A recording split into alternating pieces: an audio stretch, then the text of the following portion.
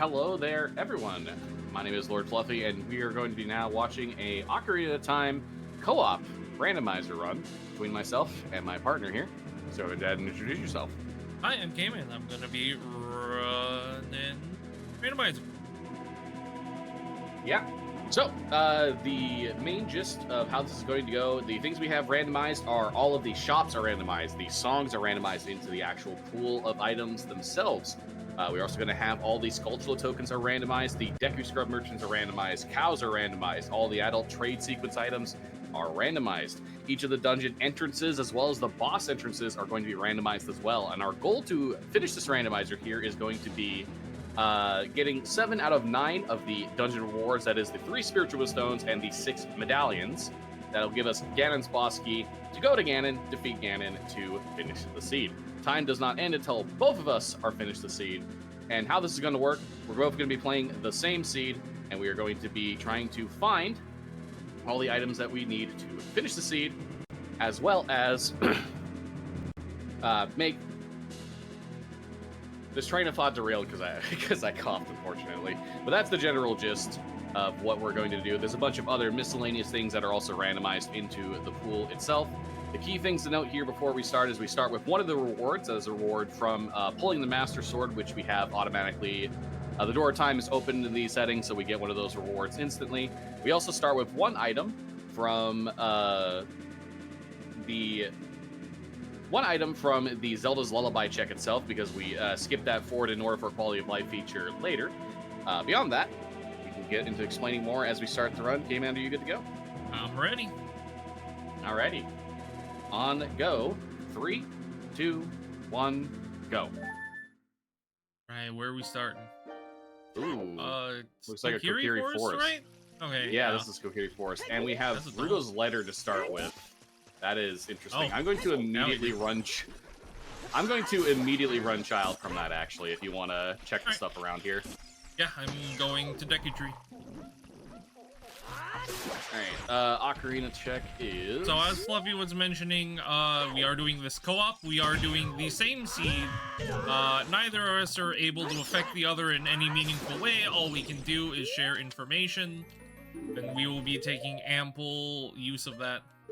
Going to be a lot of talking back and forth, making decisions on where each of us are going to go next to cover the most ground optimally, try to find all the items we need, all of that kind of stuff. Yeah, to facilitate that, we have a giant Google Doc that we have manually set up to give us all the major important items, and then be able to easily select the location where it is. And all of that information is very handy to have if we need to reference it for any reason.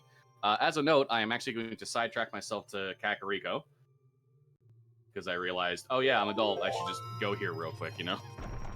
Yep, so you'll have seen me pause right there, and that was to mark down on our nice little notes document that Deku Tree entrance is Jabu Jabu. So a rare Jabu Jabu's not Vanilla Seed. Another bottle in the bazaar. It is a blue potion bottle for 135. So if you've played Randomizer before, you will know that all the gossip stones that are scattered around in Legend of Zelda Ocarina of Time will give you hints of the Randomizer. And what I just got is one of the more useful hints. It's called Way of the Hero. That means in that area, we will find an item that will help us beat the game. In this particular instance, Sacred Forest Meadow. Okay. Which is an interesting one, because there's not a whole lot of checks there, but some of them, they're really, 3 of them are kind of a pain in the butt to get. Mm-hmm. Fairly accessible one, but not everything from it is available right out of the gate, so... Yeah. Final reward of GTG is just arrows. That is not really super useful, but it is something to note. Yeah, a gold skull in the wasteland is nothing. a new hint. I don't think we've seen that specific hint before. Yeah, usually it's the chest in the wasteland that we would see, Yeah. which is definitely a holdover from settings where less things are randomized as a whole. Yeah. So far, early CAC stuff is a whole lot of nothing. Gonna check the skull hints here. So one of the things that we also have enabled is miscellaneous hints. These miscellaneous hints can vary for a variety of things. They tell us the location where each of the dungeon rewards are. They can also tell us with these, talking to each of these Skulltulas, what their rewards are for turning in a specific amount of Skulltula tokens. Okay. 20, 30, 40 are dead. 50 is Nehru's Love, which is effectively avoidable, and 10 is nothing. So, basically not getting Nehru's this seed. Useful for some minor glitches and setups, but certainly far from required. Yeah, and also there is a Deku shield in the right side of Kokiri Forest Shop, and first chest bottom left in Mido's house is Bombju Bag. Alright, well, I'll definitely be save warping back for that before I go child. So one of the miscellaneous settings we do have enabled is that bomb chews are in logic.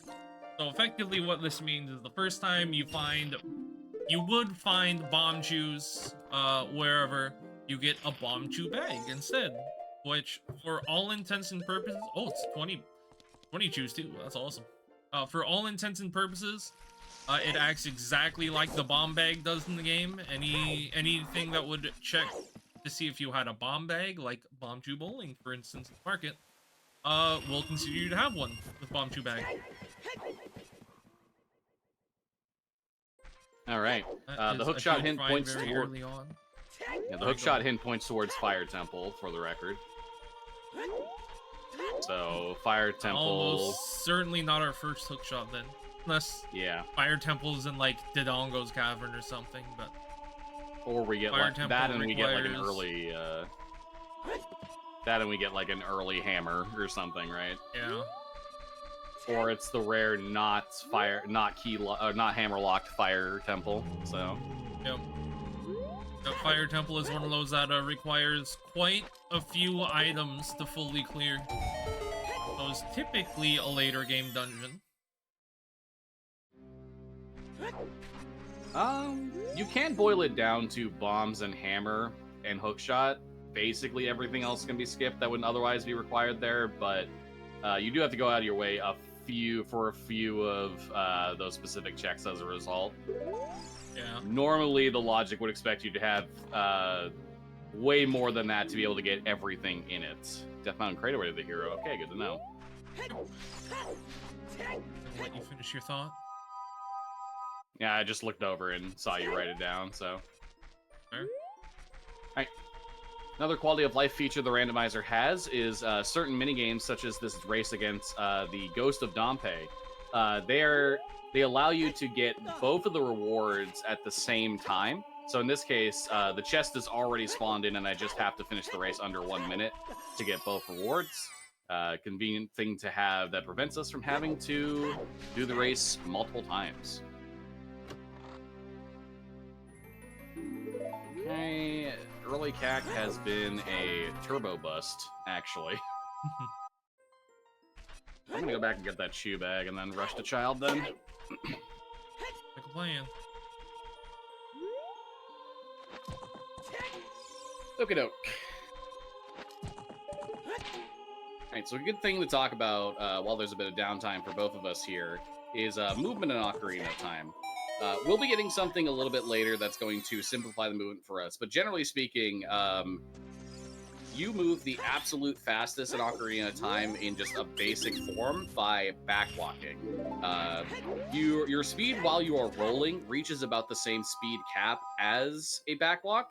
However, you do go through a period of acceleration and deceleration, meaning that you're not at that top speed the entire time. And because you're not at that top speed the entire time, any time that you can get to a location in about 4 to 5 rolls, it'll generally be faster to roll to that position.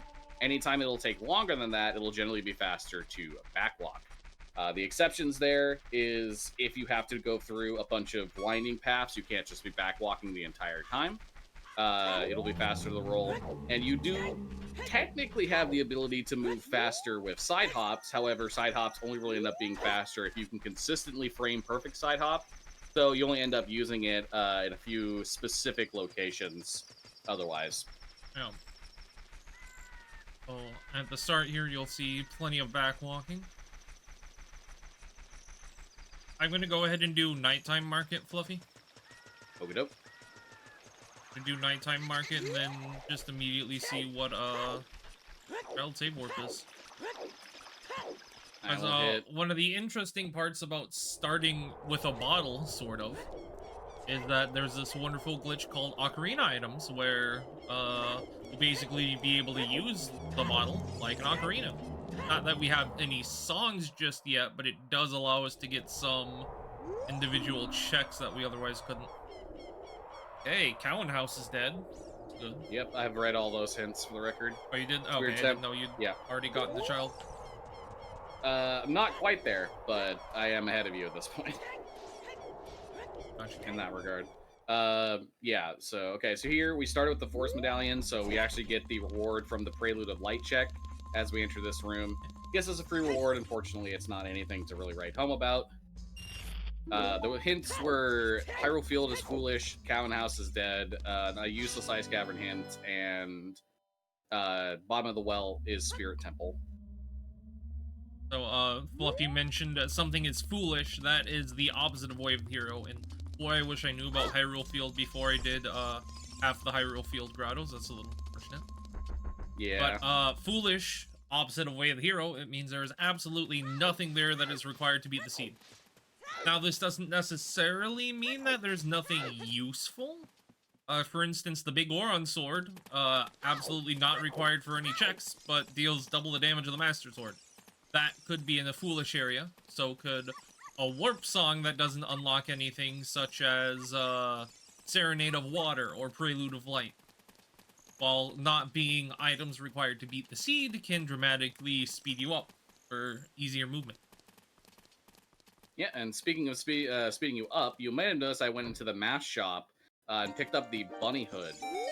In the randomizer, there is an option to give the bunny hood the functionality of the Majora's Mask bunny hood, basically meaning that it increases your movement speed by 50% to 1.5 times the speed. This is a nice quality of life thing. We started with Ruto's Letter in our inventory to enable the mask shop to be available and immediately done. Speaking of Big Oron Sword as well, Big Oron Sword is in the potion shop for 50 rupees. There is absolutely nothing in Nighttime Child. Nothing in the Bomb Chew shop. Nothing from Richard. Nocturne of Shadows is also in the potion shop for 95. Dang. Didn't just spend 40 rupees on a piece of heart. That was not Captain Shop. I wanted Market Potion Shop. I did the same thing here on accident. Okay, I got this skull in the Hyrule Castle, and I'm gonna get the hints. Alright, so Ganon's castle entrance is Deku Tree. So in these seats, and again, one of the smaller randomized options is we have it set so that once you beat 2 dungeons, so you have a total of 3 dungeon rewards, including the one we start with. The Rainbow Bridge will be crossable, and we can go do Deku Tree. Alright, Market Bazaar has Kojiro for a wallet, 190. I'm going to farm up to get Nocturne, and then I'm going to go from there. Still not entirely sure what I'm going to do at the moment. Alright, so Shadow Temple entrance is bottom of the well. Interesting. Which does mean then that Jabu Jabu has to be Dodongo's Cavern, which is unfortunate. We don't know Deku Tree, do we? Oh wait, no, you said it's Ganon's Castle. Ganon's Castle. Okay. Yeah. So there are so we are using what is known as a glitchless logic. That basically means that the logic, which is the rules and the rules in which the randomization goes through in order to guarantee that a seed is beatable. The glitchless logic doesn't expect us to use, with some exceptions, because we have enabled certain tricks and glitches for the logic to consider. The glitchless logic doesn't expect you to be able to get into Jabu Jabu as adult, which means that we are limited to 4 dungeons that can be in the Jabu Jabu entrance. Those are the 4 child dungeons, which is Jabu Jabu, Dodongos, Deku Tree, and Bottom of the Well. So, as a result of that, we can guarantee with process of elimination that the Jabu Jabu entrance is the Dodongo's Cavern. And that's a bit unfortunate because the Dodongo's Cavern is one of those dungeons that's much faster to do as adult than it is as child, if you have the option to do so. So we're going to have to work around that later. That is unfortunate. Pretty much the worst case scenario as far as child dungeons are concerned. I'm going to head to Nighttime Lon Lon, for the record, to check the skulls, and then have you checked Child Save Warp yet? No, I've not. I was going, I wasted enough time of day to go grab a Nocturne real quick first, and then I was gonna that. Okay. I'm going to check Child Save Warp. Oh, no, you just said you were going to do it, right?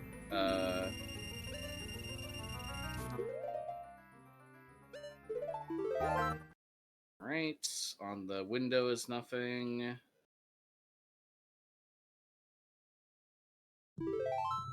Tree is a piece of heart. I don't have enough rupees to check the grotto, I'm realizing. Alright, Child Save Warp is one of the houses in... Oh, just kidding. I was about to be wrong. It's the house in Back Alley in Market. So I worked myself, just a couple of load zones backward. You worked yourself into a shoot, brother? That is not... That's an alright save warp, I suppose, because that's still... It's like a pseudo-prelude. It's a little out of the way, which is slightly annoying. Oh. Did you get the skull in the hothouse, by the way? No. For some reason, I just assumed that you did that when you said skull in Hyrule Castle, for some reason. Alright, I can do that right now, because I was already also just gonna grab rupees real quick for Goron Sword. I may have found Serenade in the Lon Lon silo. I did, in fact, find Serenade in the Lon Lon silo. So that's 2 warp songs right out of the gate. Pretty good, especially considering that Nocturne is always a good one to have because the CAC teleport is a very convenient one to have, and Serenade, while not as useful as, say, Bolero or Minuet to get you right to a dungeon entrance, I mean, I guess it does, but you also need, like, Iron Boots normally for it. Lake Hylia, which is the place it takes you to, is one of the, it's super hard to get there if you don't have any direct method to get there. So, it takes a long time to get there if you don't have a direct method to get there. So having Serenade, once we get a way to play the Ocarina, is very convenient. Is unfortunately a fair bit out of the way. Is quite the chicken sound effect I have. What do you have? Some guy going, whoa! That's a good one. One other thing I wanted to do in here, but I've already forgotten what it was. Oh, well, I guess we already know what Bottom of the Well entrance is. Yep. No need to do Kaku Dive or Navi Dive just for information. Nope. Going up Zora's River right now. Yep, I'm going to do the same to free up this bottle. That is what I was thinking, even if, all things considered... Oh, well, there goes one of my bomb shoes. Well, now. The skull... I have no rupees for Carpet Salesman. Well, moving on. Carpet Salesman. Not Carpet Salesman, Magic Bean Salesman. There we go. That's okay. I happen to have them. I just got 50 rupees from Angie. Alright, Bean Man, what you got? 50 rupees! Alrighty then.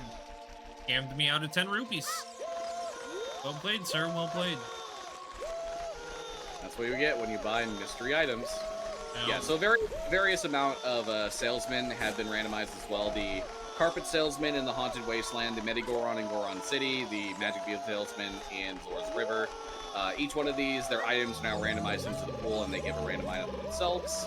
This also includes Hyrule Castle's a foolish choice. This also includes the Blue Potion Granny in the Grotto in Zora's River is nothing, so... and I'm heading up top. Fortunately, not really either of us going to be able to check that pin. Okay, the heart on the ledge is nothing. Do you even have any sticks, Fluffy? I have one. But you I can guess get you can get sticks and sticks nuts in here indoor. anyway. Yeah.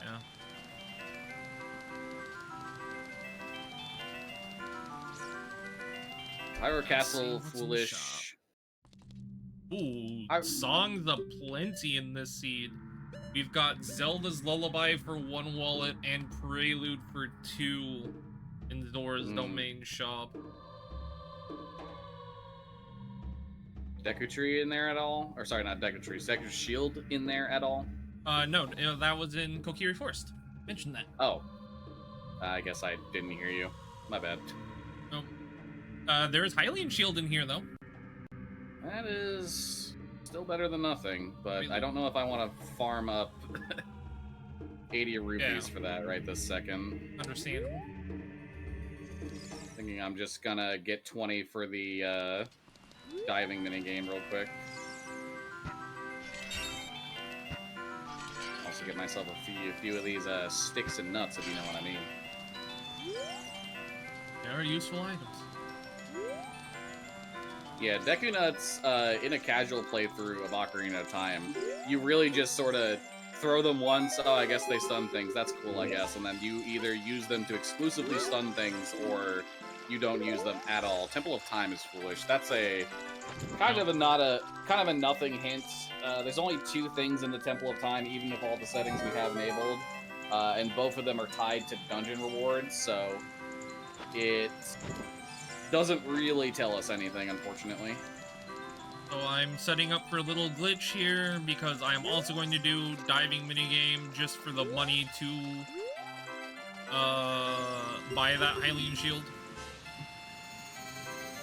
I'm going to I also set up for a little glitch to do the torch chest a little bit quicker. Okay. Yeah, and in my case, I don't need to set up for that glitch because the bunny hood just gives me enough movement speed to light all the torches and then easily have enough time, as long as the pattern of rupees is 4 dives or less, to safely get all the rupees in question.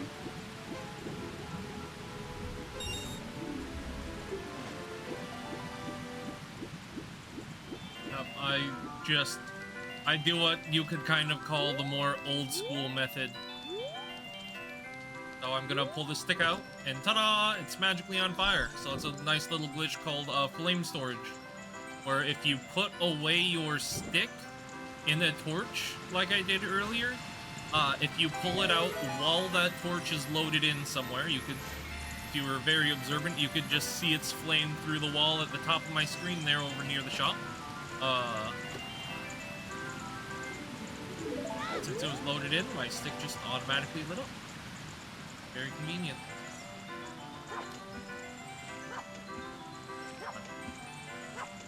There we go. A fish in a bottle. So this is a little bit unfortunate. Something that can sometimes happen in co-op seeds. Usually more later than earlier. But, me and Fluffy are just kind of going over the exact same things over and over right now. I really hope you tell me the turn-in for dive-in minigame is nothing, because I did just go into the shop to farm rupees. Yeah, it sure is nothing, so you're good on that front. I think I am going to warp to Lake Hylia if you want to do anything further here. Yeah, I'll just go check. Well, it's the Dodongo's Cavern and we have explosives, so Right, of but it's no gonna reason to not go in there. It's gonna take you a while, and I don't have shields for sticks, so I'd have to farm up like 10 sticks. Oh, yeah, that'll do it. Plus, if there is anything in there, and I get like, if I happen to get scale, it's not gonna be that big of a deal to come back. Yeah, you can just easily get to Lake Hylia from here and check a bunch of stuff while I am here, as well as Scarecrow song. So. So one of the many things that we talked about that Nuts can do, Nuts will blow up a bomb chute.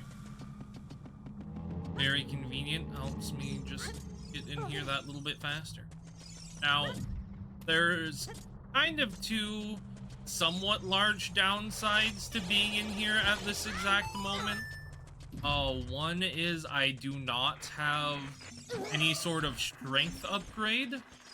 So I cannot pick up any of the bomb flowers that are, all over. And the other being...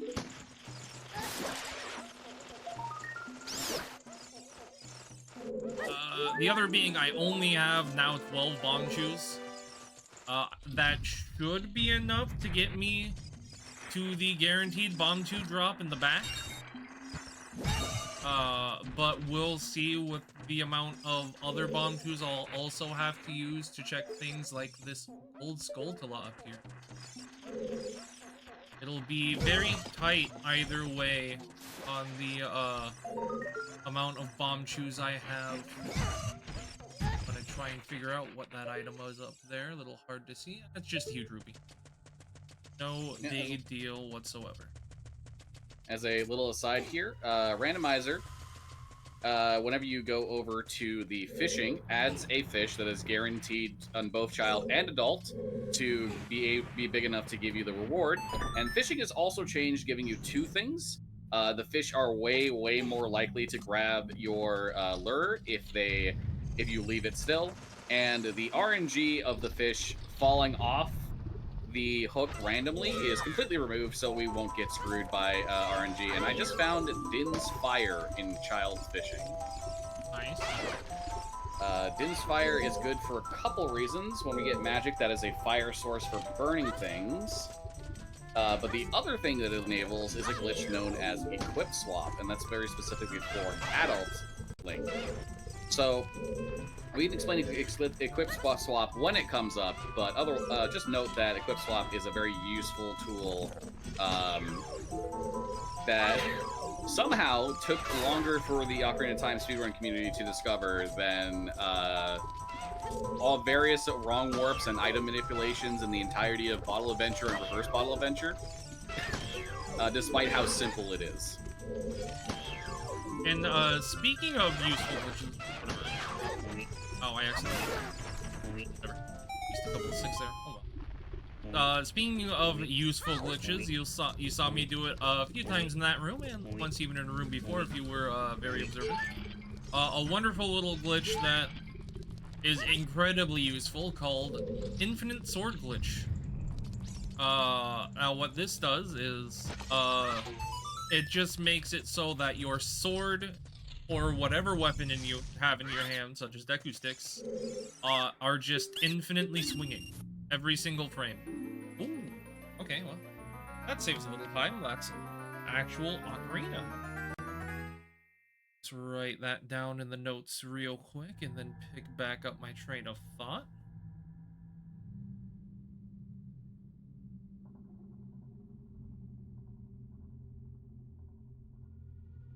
Headroom near Dodongo.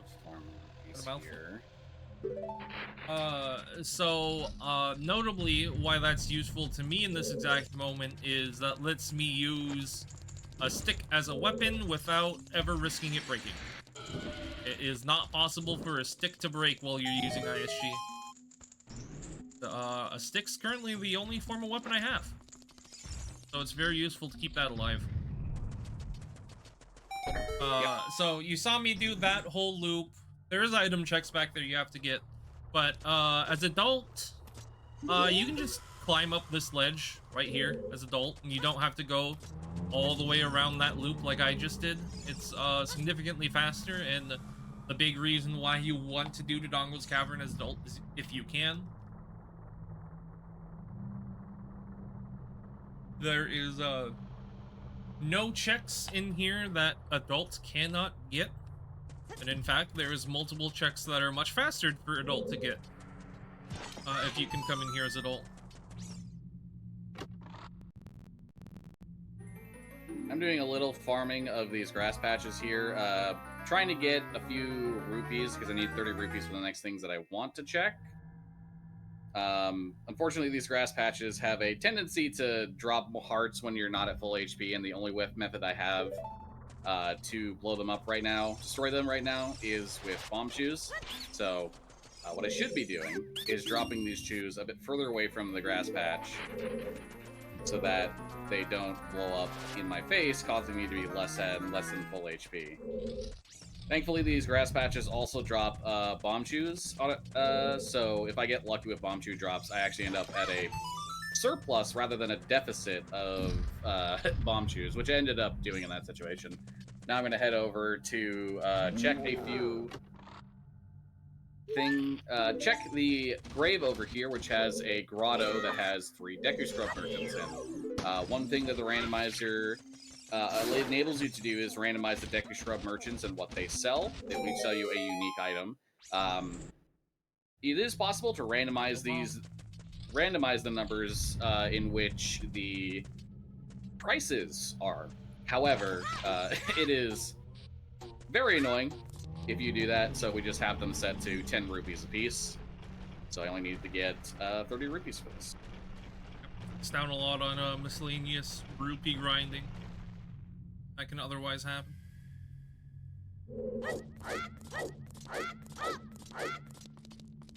Ba-dum-ba-dum-bum. Right. Don't know. I'm gonna see if it can hit this gold skull up here. Okay, that's good. So at least I can visually see the item. That particular scrub that I just killed off screen there is easily the most annoying check in this dungeon. You can get it right away as adults if you have a hook shot, or otherwise go through Dodongo's Cavern backwards. Otherwise, you have to completely leave and re-enter the dungeon after basically full clearing it to get it. Thankfully, it's nothing. Yeah. There are certain checks that are much less likely to be items than others. It is generally what is considered the spheres of Ocarina of Time. Spheres are basically the number of spheres is how many items that particular thing, or how many steps it takes to get that particular item.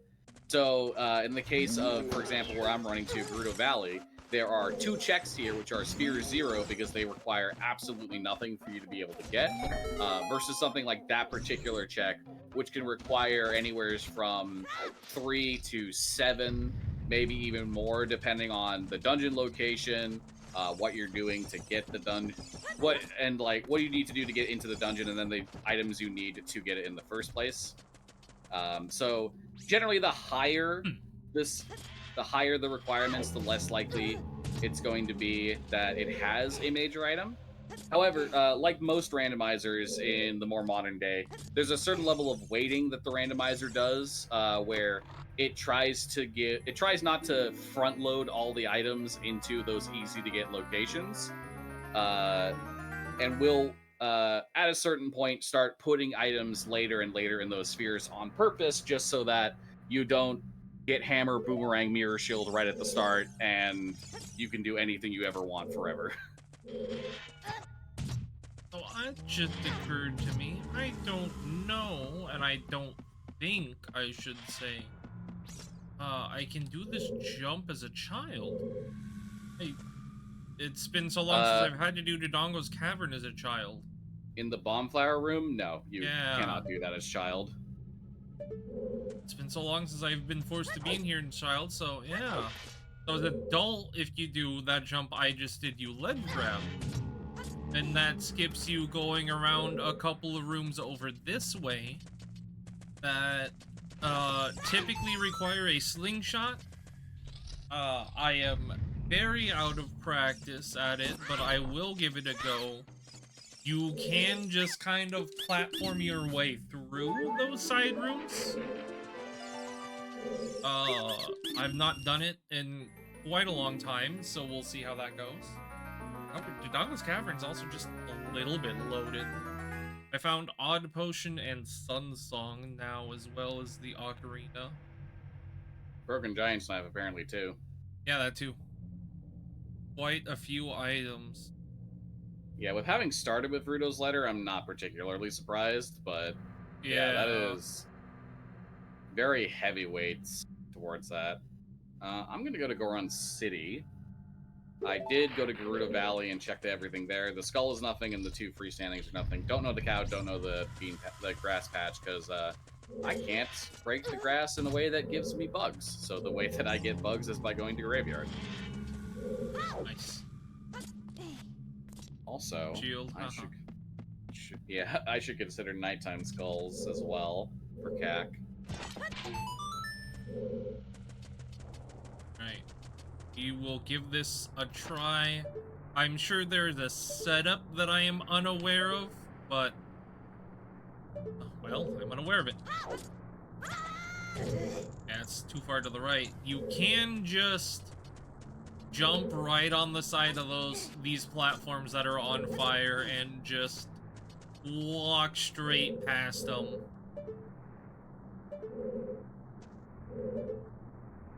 All right, but having an empty bottle is important. Aside from giving us the ability to do Ocarina items, which we no longer need at this point because we know where an Ocarina is, it does also give us the ability to put...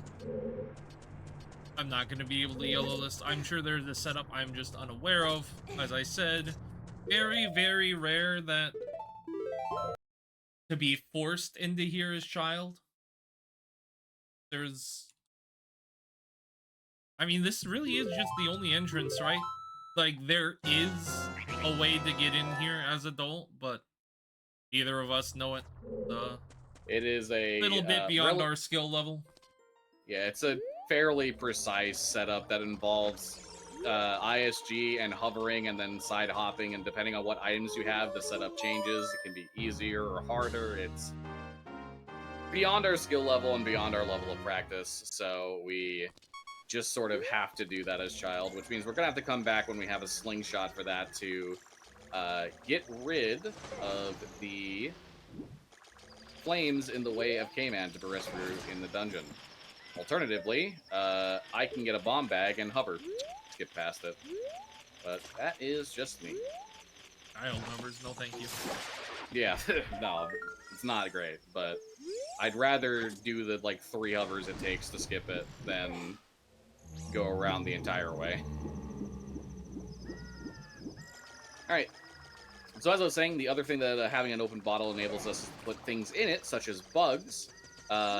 These Skulltula tokens that are inside of these magic bean patches can only be forced out by putting bugs in those bean patches. Dodongo's Cavern is Gerudo Training Ground. I'm not going to do anything in there as child right now, just because I don't have a shield and don't have a way to keep the 1 stick I still have at this point. Fair. I did just get a hint that Fror's Wind is somewhere in Goron City. So that's an alright hint to get.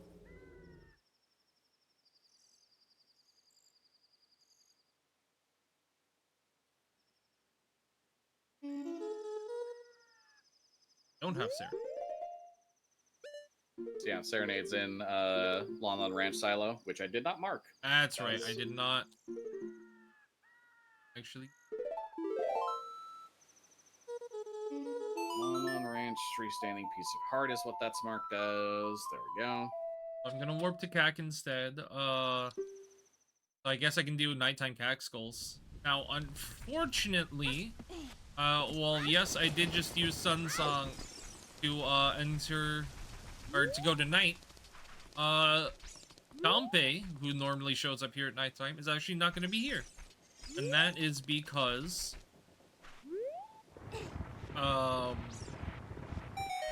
Dompe does not show up right at midnight. Dompe will show up 1 frame after midnight. So if you play Sun Song, it sets the time of day straight to midnight, and Dompe won't be here.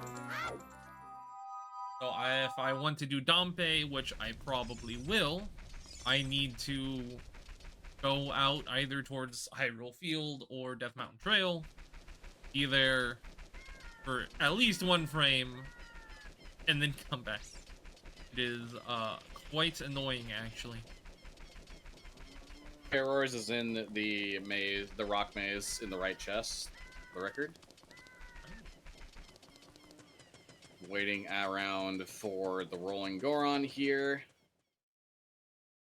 The Rolling Goron normally expects a bomb bag in the vanilla game in order to activate. The randomizer has them so anytime you have any sort of explosive, you can get the check from them at a time. The randomizer also makes it so that you can easily, even with a mask on, because normally NPCs will change their dialogue if you're wearing a mask. Any NPC that gives you an item will just give you the item even with the mask on. I found a wallet in Goron shop for 90 rupees. That is a little unfortunate for me, because I don't have an easy way to farm rupees where I am. Hey, dude. The Cow Grotto. It's a little far, but it's something. It is true, though. I'll mark that down for you, by the way, because I also found a bow. Oh. The gold skull near the gate. The gate guard, specifically.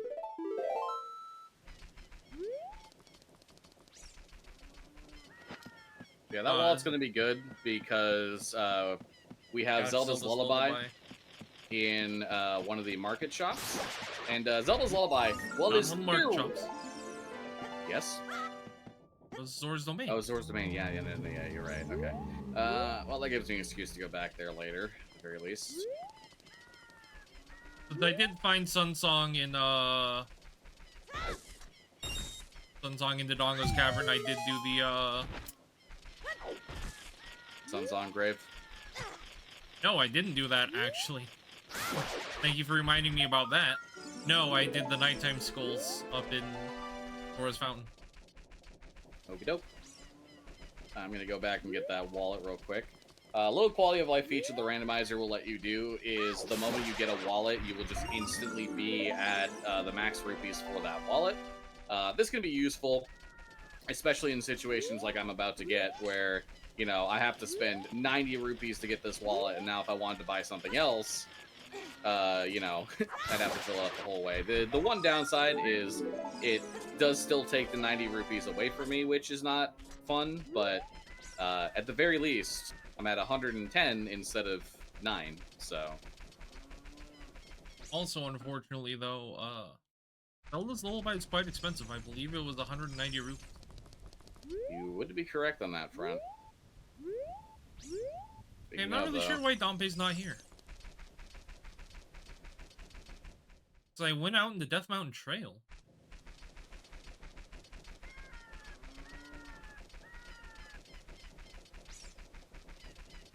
Very confused. I think it's because... So I played Sun Song up in Zora's Fountain. I don't think it turns... I'm trying to... Like, I feel like there's a reason for this, but I don't remember what it is. And I don't... You're correct that, like, the frame it turns nighttime would not spawn Dompe. You have to wait till the frame after nighttime. But I'm not sure that applies to Sun Song if you play it inside of a place where time doesn't move. I'm pretty sure that's exactly. I'm fairly confident in that one. But, I'll just, wait, I can just do this. I just went outside to Hyrule Field and played, Sun Song a couple of times. I know for an absolute fact that will work. Yeah, that definitely works. Teleport back and I can just say planned, you know, to come back and do Sunsong Grave. Yep, there he is. I can see him up there. Alright, in DMC right now is Child. Checking what I can here. Lesser known aspect of Sunsong also, stun 3 deads when you play it. I've always thought was interesting. Deku Nut upgrade in the Death Mountain Crater Grotto. Actually, speaking of redeads, you never did redead Grotto, did you? Nope. Hover boots. Also do that. Child only, or? Nope, you can get those as adult. Adult it will be. Okay, hover boots. Death Mountain Crater. Pompey was Wall, nothing. freestanding heart piece. Okay, I do have to. No heart. I probably can get in there. I don't have to worry about burning my shield, actually, so I can definitely get in here. Did you remember to check the gold skull in the patch and graveyard when you came in here to get bugs? Yes, I did. Pompey's nothing, the gold skull on the wall is nothing, Sun's on grave, nothing. Assuming you check graveyard ledge, graveyards all cleared except... I actually don't think I did. I think I was distracted by talking about Hookshot and Fire Temple.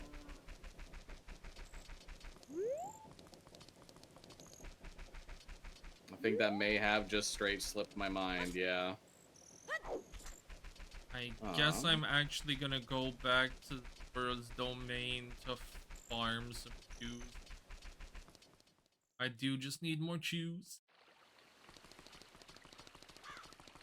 I'm gonna go get a Deku Shield myself.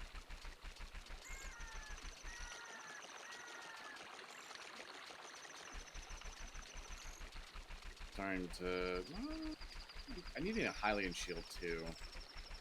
I can access the Zora's Domain shop as adults. I have hover boots now, so I can do that. Oh.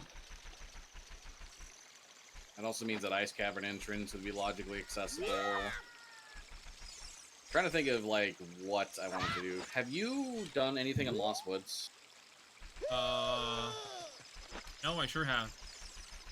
I will do that. Well, I was on my way to get a shield anyway, so I might as well do Lost Woods stuff now, if that's the case. Yeah.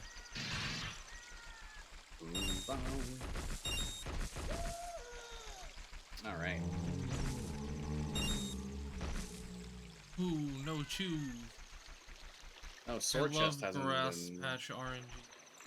Sword chest hasn't been checked either. That's actually good of me to remember. The thought process of I'm gonna waste time just to get a shield is now actually a good thing.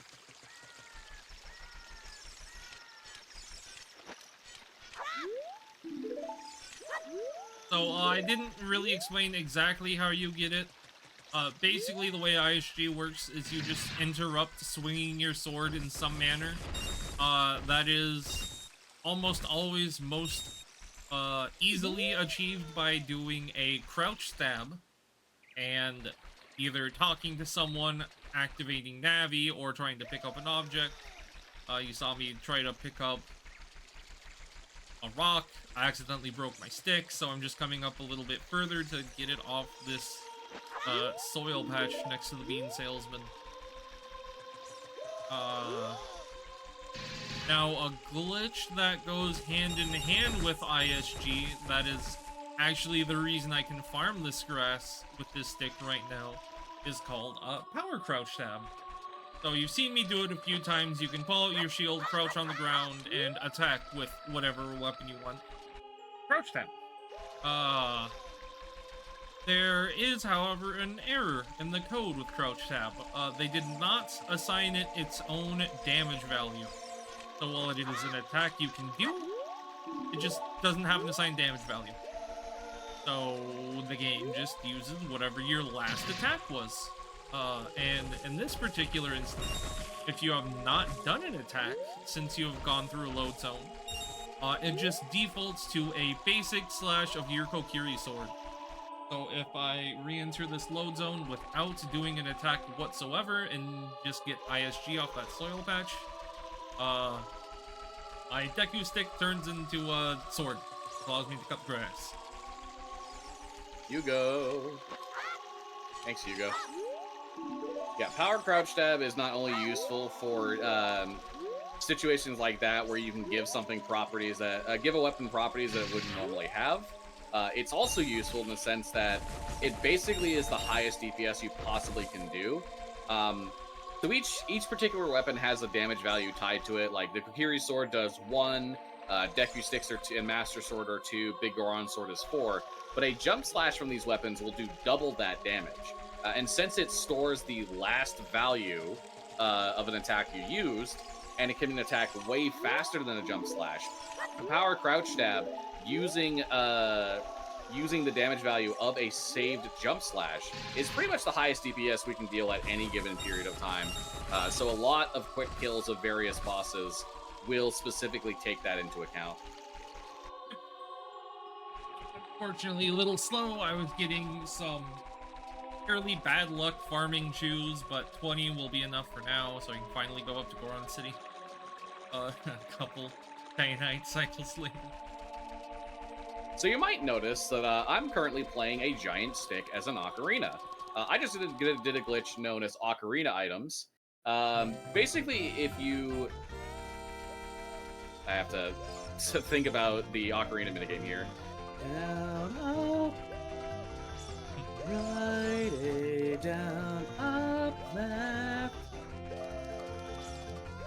Okay, so if you get, if you drop an item out of your, well, not necessarily you drop an item, but if you pick up an item in your bottle enters your hand. If you do an action that will prevent you from activating the cutscene of like dropping the thing out of the bugs again.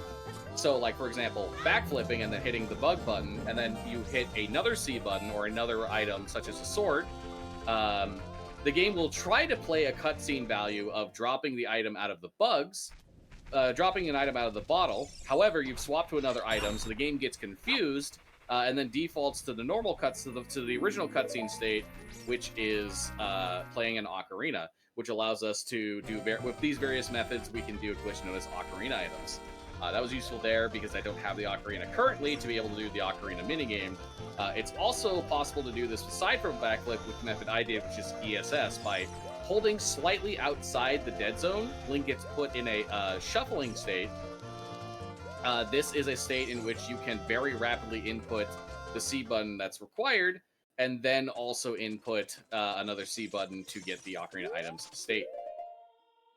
Very useful. It's much easier to do the backflip method. However, there are certain times when the backflip does not have a whole lot of time involved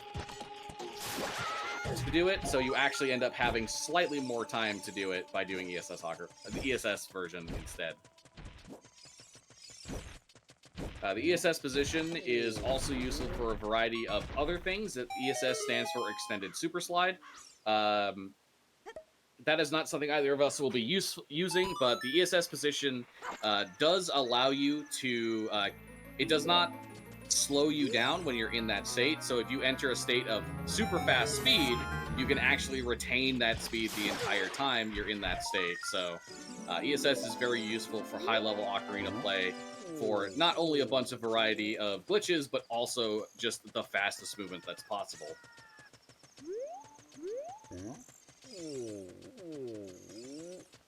I am now Said the wallet was 90 rupees, Fluffy? Correct. I'm now entering Sacred Forest Meadow.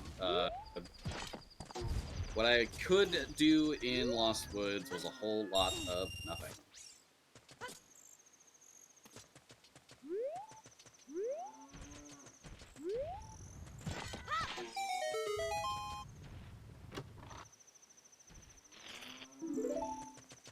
There we go. I'm just retracing Fluffy steps a little bit.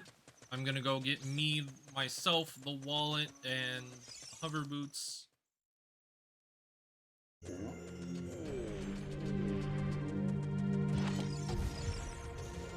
Sure where I want to go there. Song of Storms. Where's that? That is Wolfos Grotto. This SFM Wolfos Grotto chest is the Song of Storms. Song of Storms is a pretty necessary item in a lot of situations. There are 6 specific grottos that open up when Song of Storm is played near them. These grottos do not exist until the Song of Storms is played near them. There is no other way, even if you know everything there is to know about Ocarina of Time, for you to get what's in those grottos, with the exception of very specific warps which don't even make any sense and are impossible to explain in a way that makes sense. It's basically impossible to get in those grottos, and most of those warps require some form of having Pharaoh's Wind, and we can't do those anyway without magic, so... Frogs 2 is dead. Saria's Song is nothing. Sacred Forest Meadow's Way of the Hero, so I am also going to check the, speaking of Song of Storms grottos, there is conveniently a Song of Storms grotto in Sacred Forest Meadow, which means that I can also check this while I am here.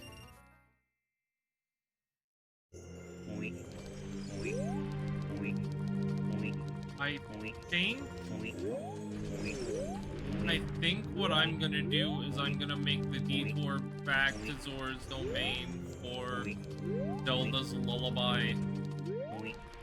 Then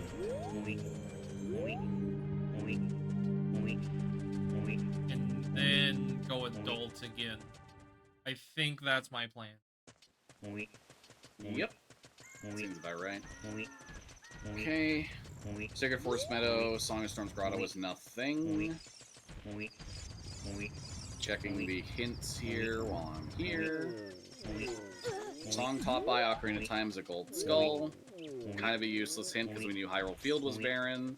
Zora's Domain is Way of the Hero, which I think we both know what that is. Still gonna mark it anyway, but... Yeah. Alright, Song of Storms grotto in Kokiri Forest while I'm at it. I don't think I actually checked this hint. It is also Zora's Domain Way of the Hero hint, so yeah, I did definitely not check it. Do exactly like I advised to Fluffy, I'm gonna use this cow grotto here to farm up rupees to afford. Zelda's Lullaby, and then I'm gonna over there. Red rupee.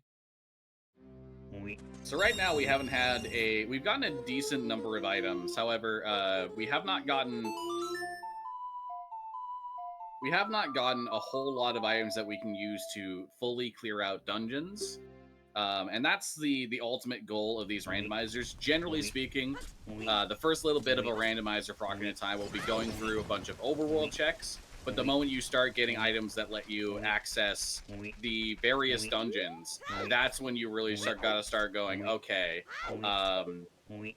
you know, we should be diving into these dungeons, we should be looking for the items, and a lot of the time, you will get way more value out of the moment you can diving and completing a dungeon rather than continuing with the overworld checks. On that note, I'm going into Spirit Temple because Song of Storms Way of the Hero, to me, screams go in there as Child for something in Child Spirit.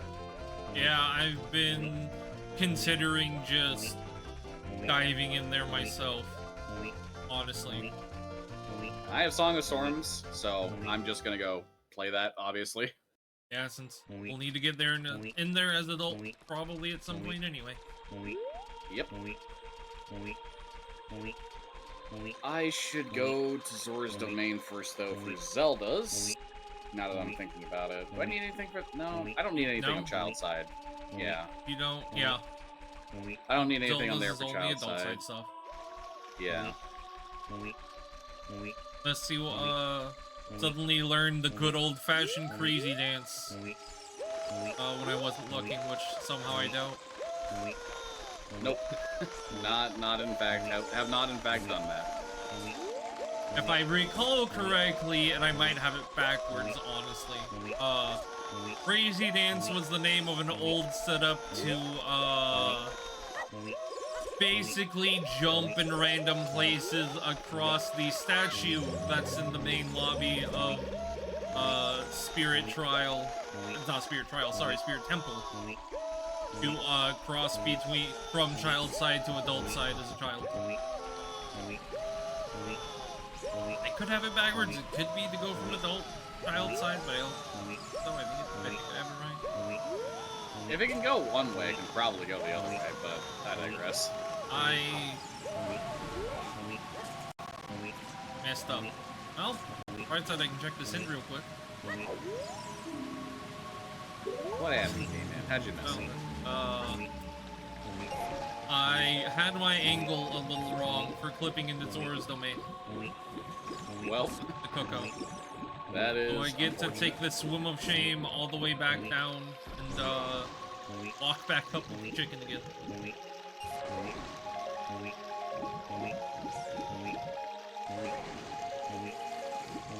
All while I get to enjoy the combination of sounds that is a whoa from the chickens and the weep of my low health sound effect.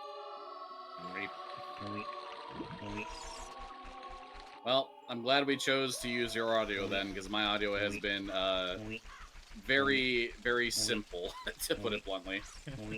There's not been anything super weird about mine at all. Right, going to do that. Just also don't forget to check the Song of Storms Grotto here when you come back to Zora's domain. Yep. Zora's River, yeah, that's where that is. I'm gonna set up a thing here, right about here. Should be about right. Normally you're expected to have the slingshot or the boomerang to hit that switch across the bridge there. However, it is possible with a positioning and bomb chews to get that switch hit with a bomb chew explosion, which is what I did there to get past that requirement. On the note, Spirit Temple keyring is on child side. Child bridge chest is the keyring.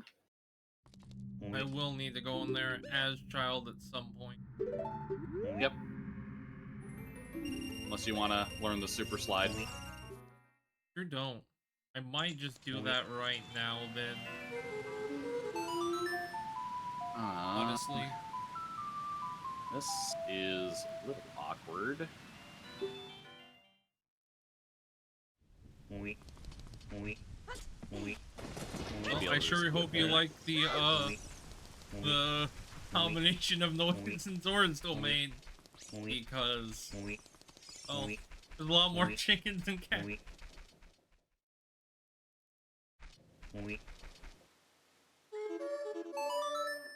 Alright.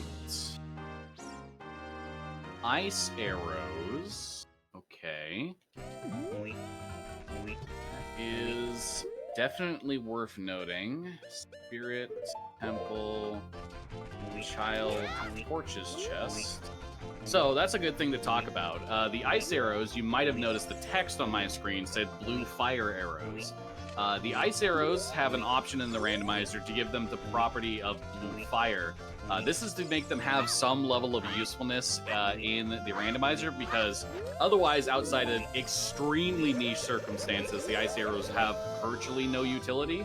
And giving them the properties of blue fire does at least give them some level of utility, where finding it early in a seed or at a specific time can be very convenient. That was new. What's up? I picked up a chicken, and the chicken kind of just fell out of my hands, and I died to the chicken. Take off Bunny Hood. Really? Yes, Bunny Hood does mess with holding the chickens for Cucko Dive. You do need to... From what I understand, it has something to do with your position data not desyncing from the chicken, and as a result of getting hit over and over by the sword, causes it to just drop out of your hands like that, so you have to remove the Bunny Hood. Interesting. Yeah. So yeah, what I just did there is generally known as a cutscene dive. In specific, that one's called Coco Dive, since I'm using the being attacked by Coco's cutscene to do it. But basically, when you are in any sort of cutscene in this game, I only have one nut. That kind of actually really sucks. How will I do clearing out this room? Just one nut. Minuet. Holy moly.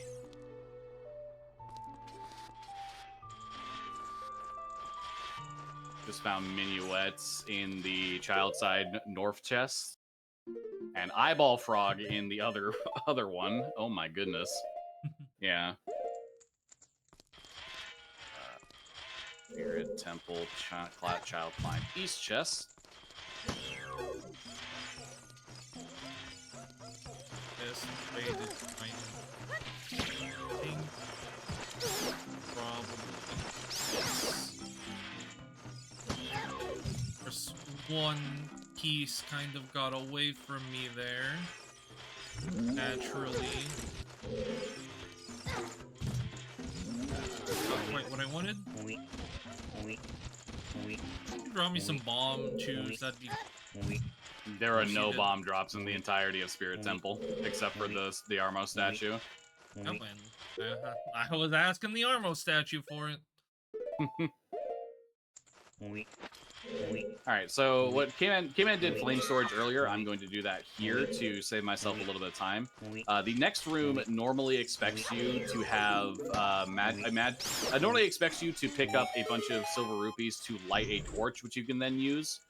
Oh, I messed it up, actually. It normally expects you to light a torch, which you then use the Deku Stick for. However, if you, well, that was silly of me. If you come over and get flame storage, walk over to the door, and I have to push the thing again. Well, that was a bunch of silly inputs that should not have happened, but we move on from those. If you walk over to the door and then pull the Deku Stick as you're still in the same room, then press A to move forward, you have more than enough time to run through the next room, get on over to the first torch, and light it. And the thing about your Deku Stick being lit is there is a timer that is running whenever you have... There's a timer that is running. The key thing to note about that timer is it resets every time you touch a torch with it. So if you light another torch, it is very easy at that point to... there's enough time for you to pull it out right at the door, run to the first torch, and reset the timer, which gives you more than enough time to hit the rest of the torches to get the chest in this room spawned. Part of the reason I do wish I got some shoes from that Armos is... Oh, okay, it's fine. I did first try. Easy. Shoes are the... Classic.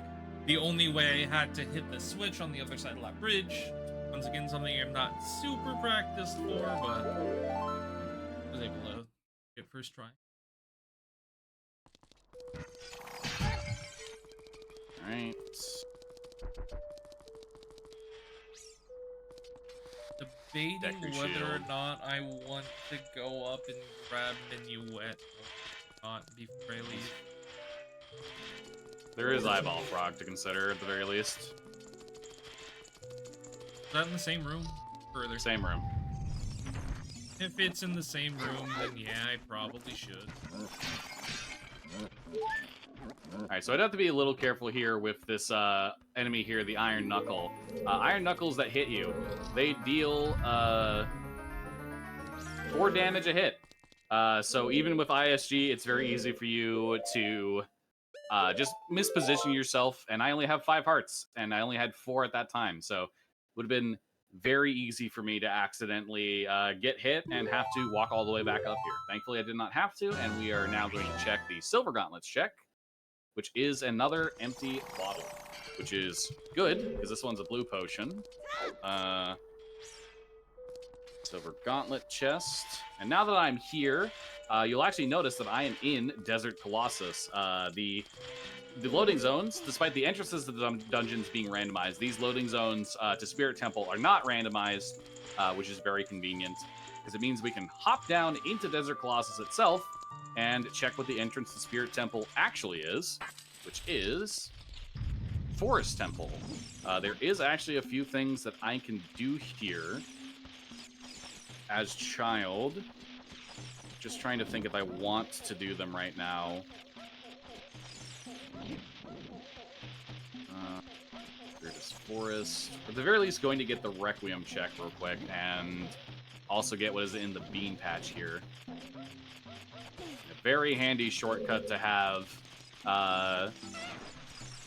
Just because, depending on the luck of items, as well as spawn locations, getting over to Desert Colossus normally is sometimes a very big hassle.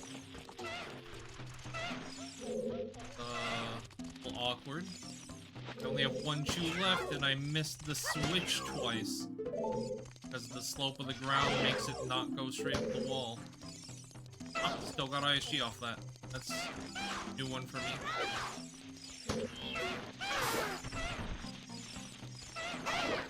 Dodongo's Cavern is way of the hero. Well, I think we know why.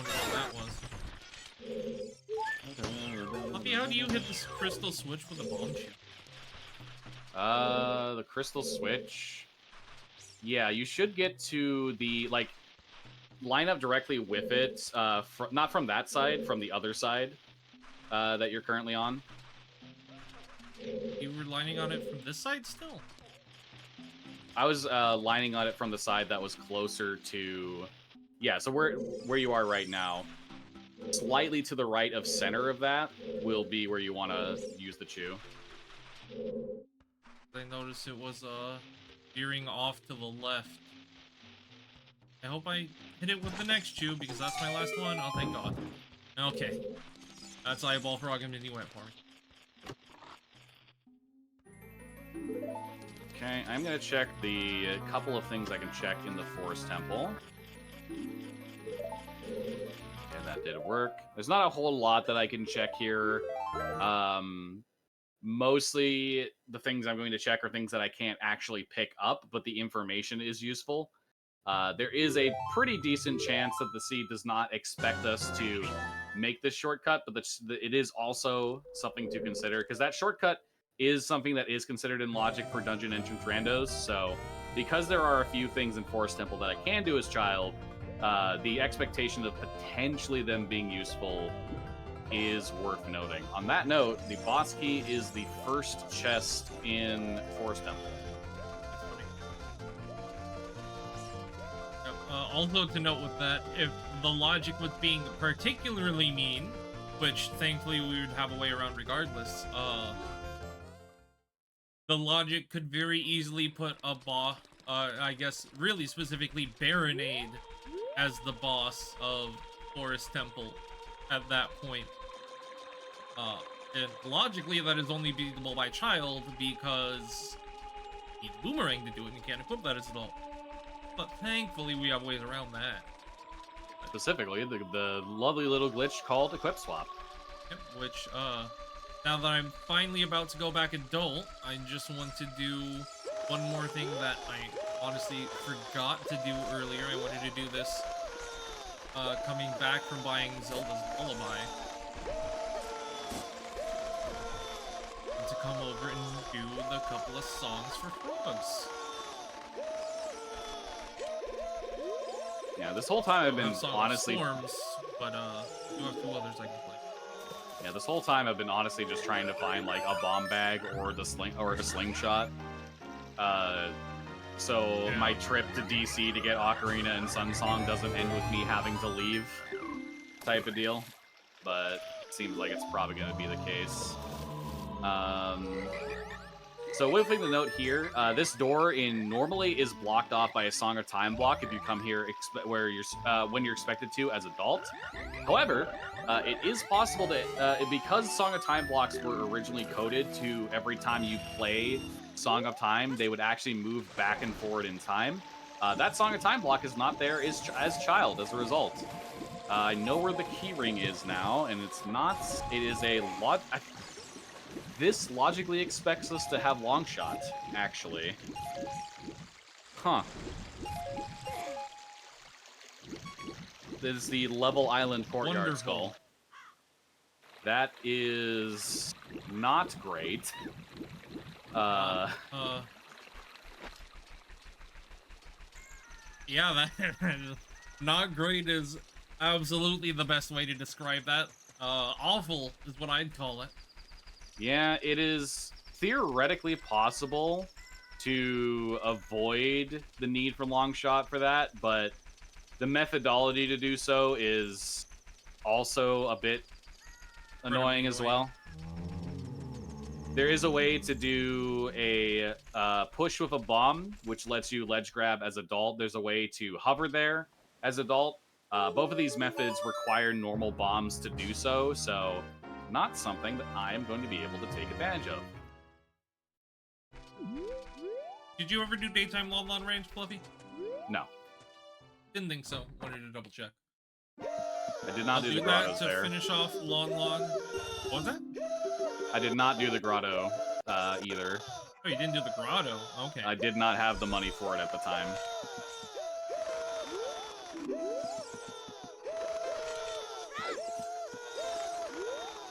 Okay, there's one last thing I can check here.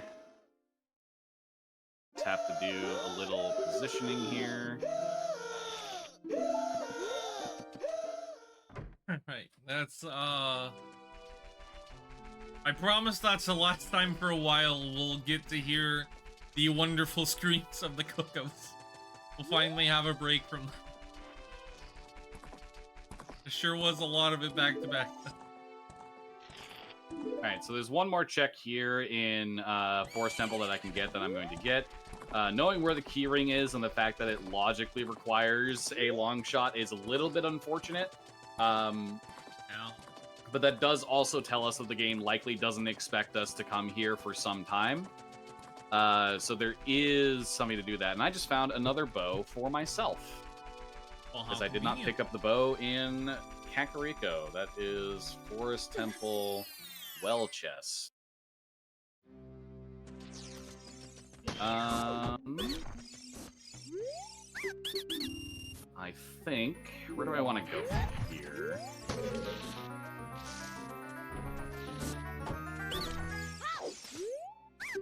Oh, did you ever do... Okay, I can't do Sunsong Grave either way, though. I did do Sunsong Grave. It was nothing. Graveyard is completely empty except for Composer's Grave. Okay. I did find Song of Time in the Grotto and Long Range, though. Oh. Lost Woods is Way of the Hero. I did not find anything in Lost Woods, I don't think. Which means that is either Slingshot, Saria's song, or it's the Mask. So I am actually going to take the Masks there, knowing that. Alright, if you are volunteering, I will gladly let you do it. Man. I do want to go pick up my Ocarina, though. If you want to go do that instead, that is understandable, and I can go do that. The time of day doesn't work for me. It's like nighttime for me right now, so I'd have to wait for it to be daytime. I think I'm just gonna go get my Ocarina and Zeldas. Yeah, it means I will need to,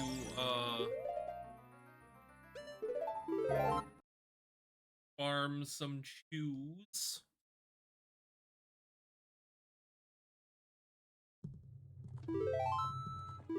Did you get the Nighttime Skull in Zora's River as child by chance? No, I sure did not. Okay, and you played the songs that you had for it? Yep, I did not have Song of Storms though, and that is why I need bomb juice. If I'm going in there, I want to get Song of Storms Grotto. So, we've alluded to this for a bit now. We're finally gonna see the glitch known as Equip Swap. Not once even, but twice. So, if you hover over an item in your inventory like so, change to a different screen, change back, and in this case, do upright and a C button on it at the same time on the first frame you possibly can, that will equip my mask over my sticks. So right now the game thinks I have Deku sticks equipped on C right, when actually it is the Mask of Truth. So now that lets me to put the normal Mask of Truth on a button and swap it for a different mask. Now it's Skull Mask. Now I'm gonna do it again.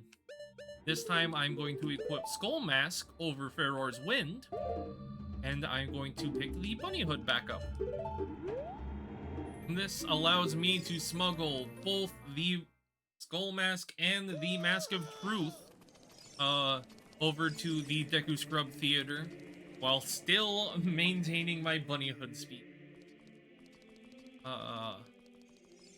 Now, unfortunately, I do have literally 0 shoes. In fact, I just thought of a better thing to do about this. I do need to go farm up some bomb shoes before I head up there, so I can get Song of Storms for myself. I come to Lake Hylia, there's a bunch of grass patches and a... well, can't do that either. The way you went reminded me of Morshu. It was just like, come back when you're little, richer. I have made this exact mistake in the past, almost did it again.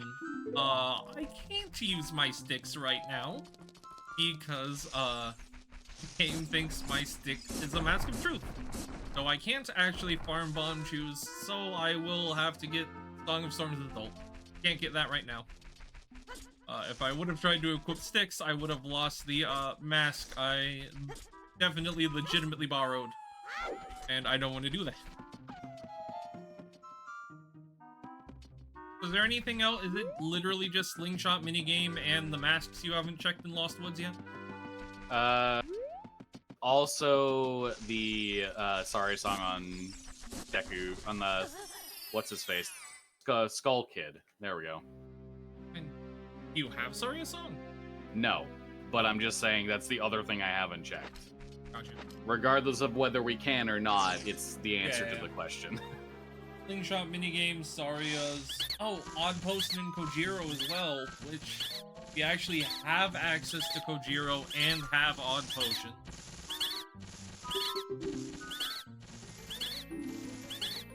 However, Skull Mask is the Goron to...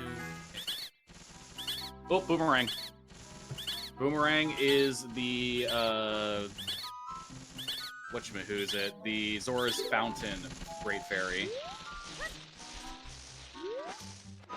That is...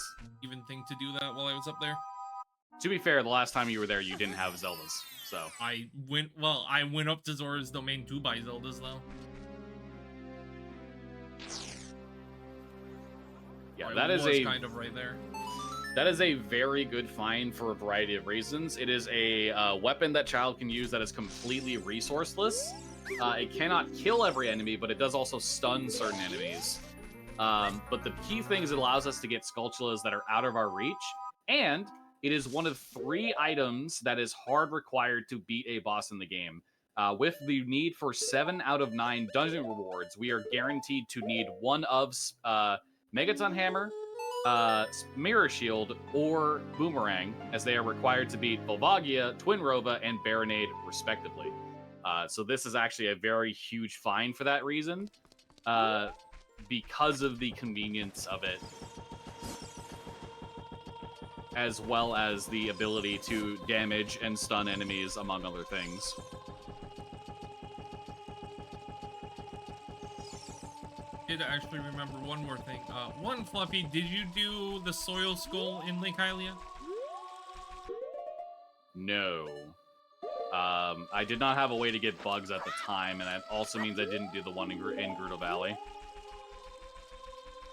That one's just staying not done until we find Epona's song, if we find it.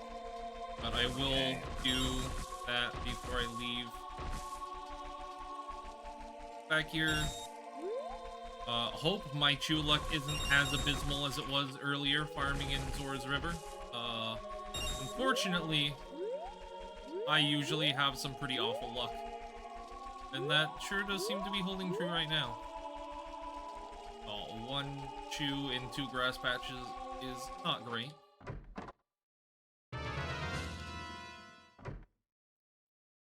Okay, so...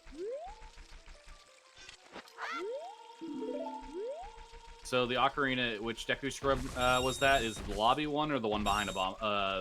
One behind a bombable wall. It's for Ocarina. No, it wasn't up near bomb. Something was near the bomb bag scrubs. That was not. I believe it was. Yeah. The Dodongos. I don't remember off the top of my head now. You'll just have to don't check the. Yeah. Yeah, I was just hoping to not have to tab out to check it, but I can just do it. I just don't remember. Deku Scrub near Dodongos, gotcha. No. Yeah, Deku Scrub near Dodongos. Oh, it was Suns that was up near the bomb bag, that's right. Yeah. Fortunately, once again, kind of abysmal bomb chew luck for me. Done so many grass patches, and I have found precisely 1 bomb. Finally, I now have 3 out of, you know, I think this will be a total of 9. I finally have some bomb chews to my name again. That will be good enough for now. Hello, friend. Sell me your product. Thank you. Yep, so won't be needing to do Ocarina items for myself anymore. It is not necessarily required to pick up the Ocarina. However, as you may have noticed, there is a D-pad indicator that is below the C buttons. That is a randomizer quality of life thing where certain items, which are very annoying to constantly have to equip all over the place, or are just convenient to have on a button there, will be on those D-pads for easy access to. That is the Ocarina for both child and adult, as well as the masks for child. And the final thing is, and the other 2 things are iron boots and hover boots for adult. And if you've ever done the water temple in this game, vanilla, you're probably singing the praises of the idea of not having to pause every time you want to equip the iron boots. Yay. You want to know what the soil scrub was, Fluffy? Zora Tunic. Nope. It was a real spit in the face for me. What's that? It was 10 bomb chews. Oh, that's funny. So I spent 3 minutes to try and get 20 bomb chews from the grass before I used 1 to kill that skull. And it was more bomb chews. Oh, that is something to note.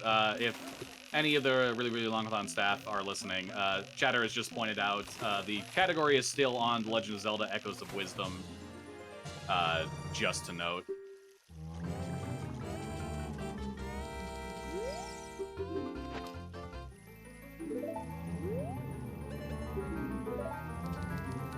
Alright, lobby chest was broken Goron sword. I got the wrong thing.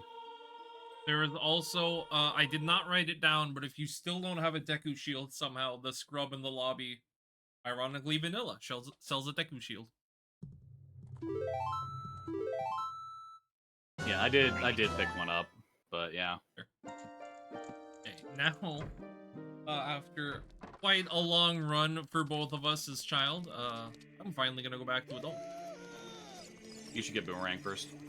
Nah, I'm gonna get that as adult. Ah, true. You can do it as adult. Forgot that for a second. I'm gonna get that as adults and check that dungeon entrance at the same time.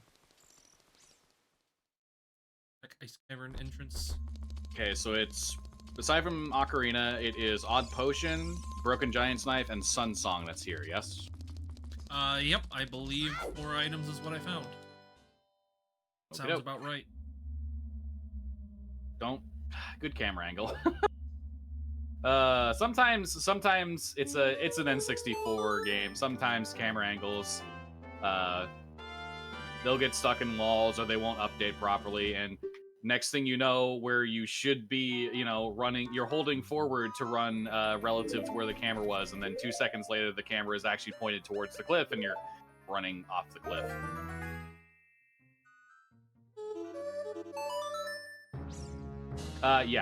Everything else should be good. It's just the chatter pointed out we were still on Echoes of Wisdom, so that's all. Thank you for that. So another great benefit of Equip Swap as adult here, it's going to allow me to equip the bunny hood as adult. You won't see the model above my head, as adult was never intended to wear it, but I do have it equipped. You can see I'm running much faster, just like I was a child. It is very, very nice.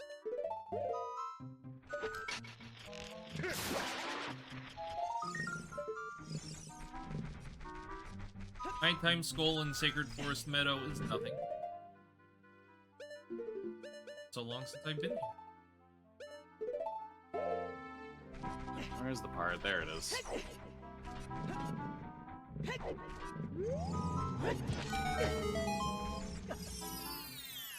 I pick up Song of Storms for myself. Ah, dang it.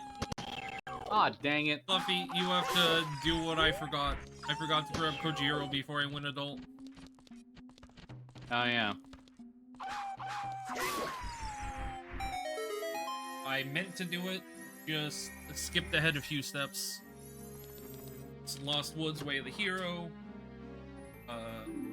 Both Odd Potion and Kojiro are turned in Lost Woods.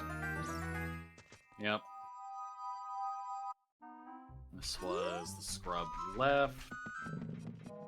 I did find the Goron tunic in Lost Woods, as we talked about, but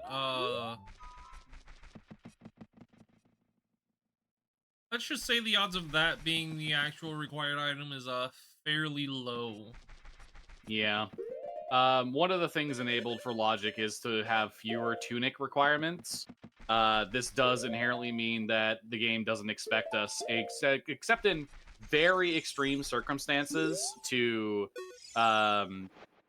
pick up a tunic in order to... Okay, yeah. Okay, well, Fluffy, I think it's Odd Potion. Still pick up Kojiro, though. But Odd Potion is Hammer. Yep, that is good to know. Yeah. Gonna have to go the whole way as adult. I think this setup still works as child.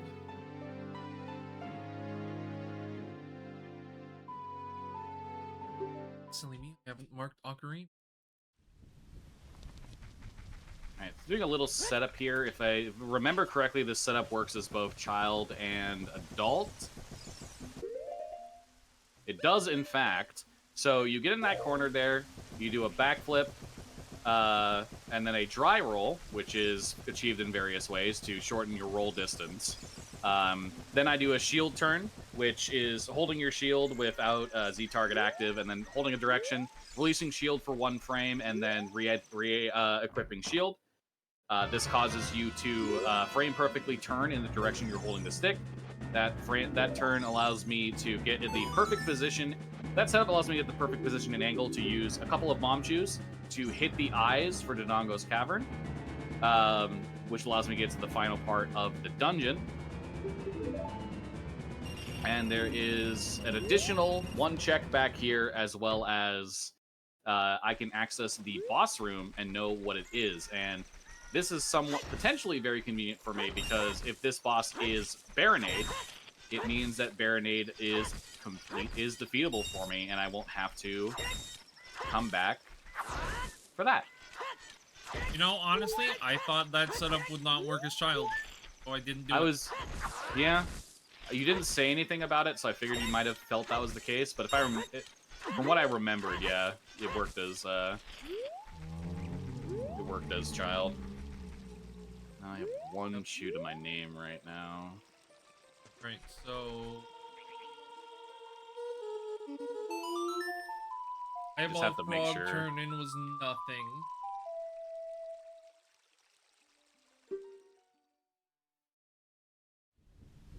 Gonna go up to Death Mountain Crater as adult. Next. Okie doke.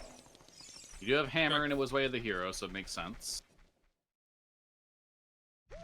Because what I'm thinking at this point is either Fire Temple is either going to be vanilla or Ice Cavern entrance.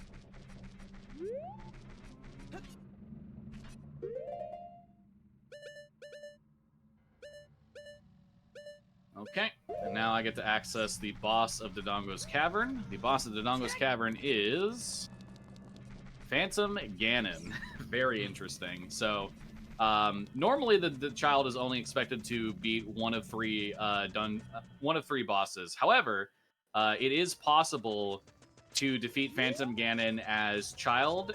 It is possible to beat Bongo Bongo as child as well. So that is what I will be doing here. Albeit, I don't know if this works. It sure doesn't. Boomerang. It sure does not work. So you waited until he was out of the painting, right? Yes, I saw it visually hit him as he was coming out of the painting. It did not work. It has to be slingshot for that particular thing. Pretty sure that's not true, because I thought that's how QPA guns. QPA has more damage types than just boomerang. It has arrows in there as well. It has basically every damage type. Not bombs, I know that. Yeah, but bombs isn't relevant for that. Anyway, point being, I need a slingshot in order to be able to do the first 3 hits on Phantom Ganon. Otherwise, it is not possible for me to stun Ganon and get him out of the painting for the second half where I can actually defeat him. So, we'll have to come back to this dungeon later. With the express purpose of a slingshot and to get the remaining checks that were not able to be gotten at the time, which is 2 checks. It's not much, but while you're there, you might as well type of deal. I'll use this 1 stick.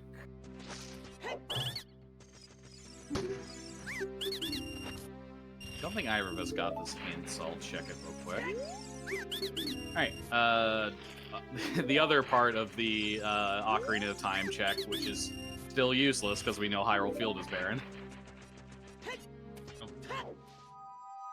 The Scrub Grotto in Goron City was nothing. Like adult rolling Goron. Gonna play Song of Storms for the frogs.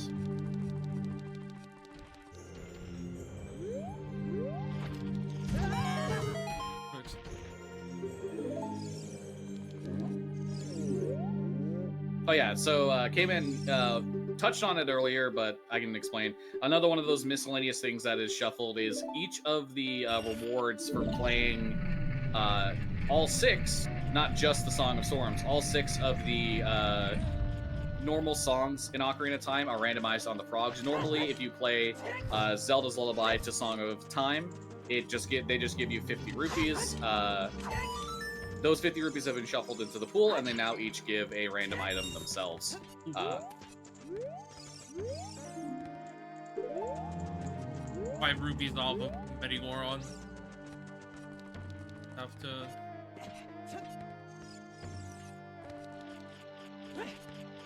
come down here, all the way back up.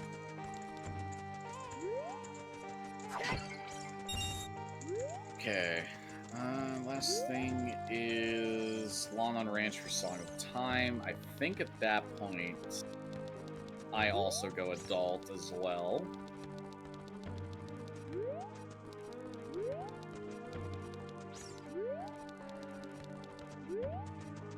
So, let's look over this.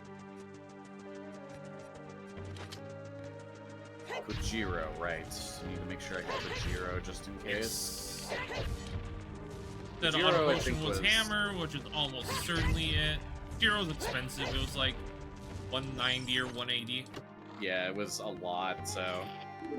Yeah, hammer chest in the maze was nothing. What's left? Need to get here as adult now is just the skull and Goron. You checked Malin, I'm assuming? Yeah. I got Malin and Talon. Did you check the Royal Grave? Okay, I'll do that before I go. I go adult then. Since I can also do flame storage for that Goron chest. sold me a bundle of arrows for 100 rupees. Song Aw. time, right.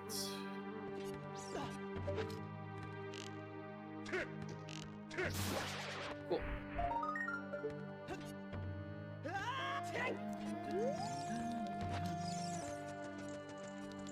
Okay, so something that is to note about randomizer, specifically co-op randomizer, pretty much the most efficient way. There are points, as Kman touched on earlier, where you will just sort of be in the same place at the same time, sort of unavoidable.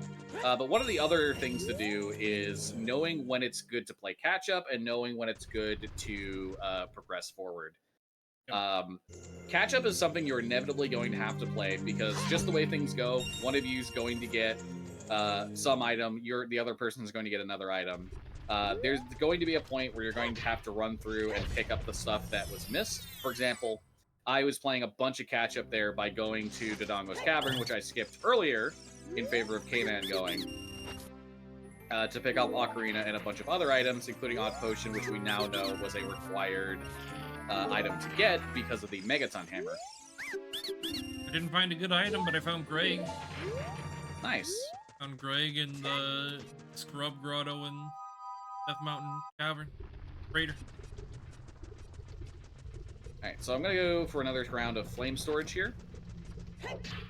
Greg's just the a community name for the single green rupee. If this isn't gonna work. Unfortunately for me, the side hops are usually supposed to allow you to avoid getting stunned by the re-deads there. Unfortunately, I missed one side hop for a little bit too long and got stunned by the re-dead, so the timer on the stick would have run out before I wanted to do what I wanted to do here, which is use flame storage alongside specific movement in the, with these side hops to get over to this door and go through it at a very specific part of the door to light that torch as we come through the door, which resets the timer, allowing me to easily get the second one and get the torch chest in the Royal Grave by itself. Question, that is Fluffy, a slingshot. That is huge, actually. Quick question, Fluffy. Did you get the Bomb Grotto in Death Mountain Crater? Yes, that was a nut upgrade. Oh, I'm gladly gonna grab that then. The Broken Giant's Knife was nothing.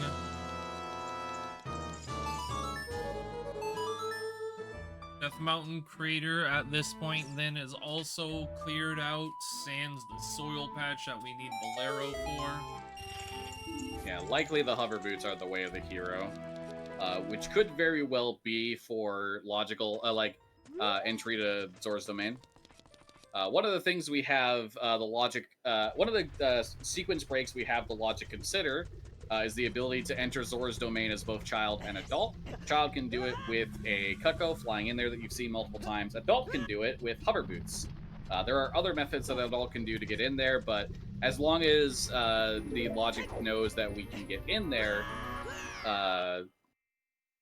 it's something that we do have to consider. On the note of getting Slingshot, I am just going to go kill Phantom Ganon real quick because my brain is thinking about it, and I would like to just get it out of the way. That chest in the Royal Tomb is does normally expect having a fire source, in this case Din's Fire or fire arrows with magic to get. I didn't pick up the Cucco, so daisies. I guess I don't need it because I have Zeldas, but but using flame storage there allows me to get that slingshot ahead of time, and knowing what we know about this seed, that slingshot is actually required for killing Phantom Ganon. And there is one more check in the Lost Woods that I can actually get with that, which I will want to take into account later. Speaking of Shadow Temple, Fire Temple entrance is Shadow Temple. I have no desire to be there at the moment.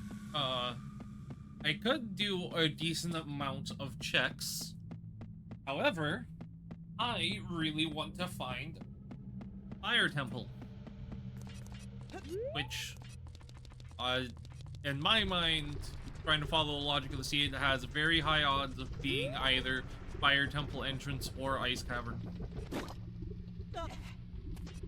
So by process of elimination, you're now going to Ice Cavern. Correct. Also gets my boomerang.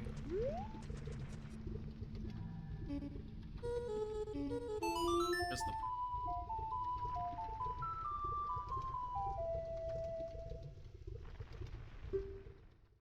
Okay. Does also mean that those last couple of checks into Dongo's Cavern I can now do, because the game does expect slingshots to get those. Oh, come on. I'll just go over here.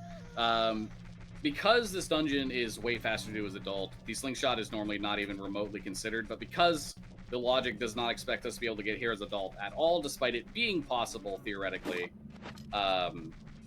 taking that into account, it is going to be smart with this slingshot to come in here and make sure these last couple of checks are done, while also working towards getting that Phantom Ganon killed and the dungeon reward from it, which would be the first of the required 6 others.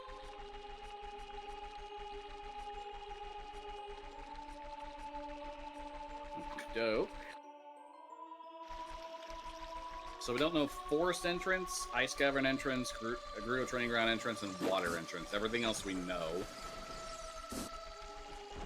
We've resolved all of the child dungeons, so that makes sense, because there's nothing else it could be at this point.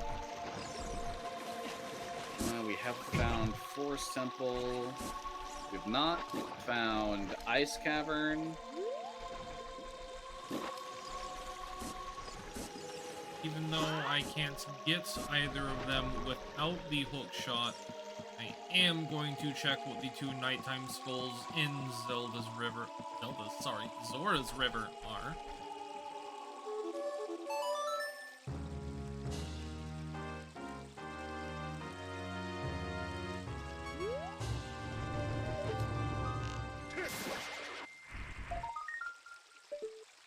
The lower one, I don't think I can get the jump slash, unfortunately. You can, the one on the lower side. Well, I failed it either way. It's just Zora's Tunic. It's not the most useful thing in the world at the moment. Yeah, Zora's Tunic will really only come into play in Water Temple. That's like the only real location where we'd need it. And even then, it's pretty easy to avoid. So, just by having a good amount of hearts, you can very easily avoid the otherwise expected requirements of it. I did not. So that's something we also haven't really touched on yet. In co-op randomizer, you often run fairly low on hearts, and the other one's nothing. Because, you know, you're only doing about half the checks yourself. So Fluffy's finding a portion of the pieces of heart and heart containers, and I'm finding the rest of them.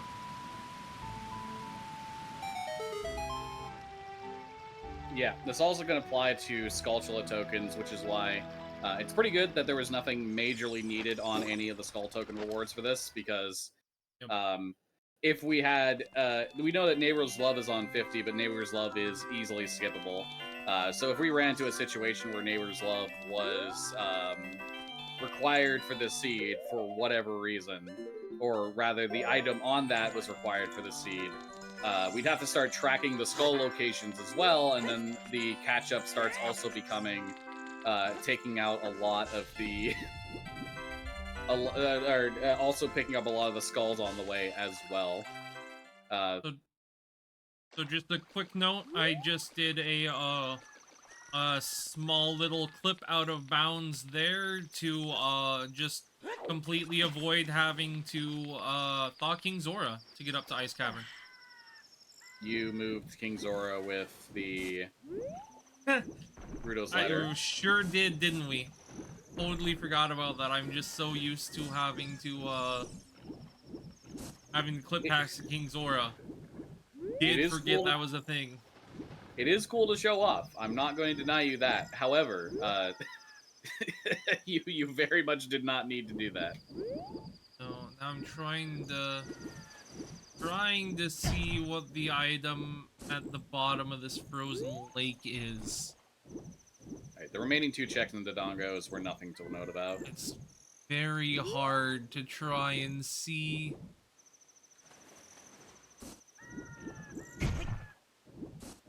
I really can't tell.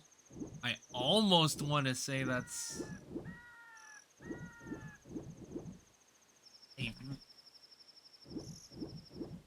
a gold skull token for a huge root?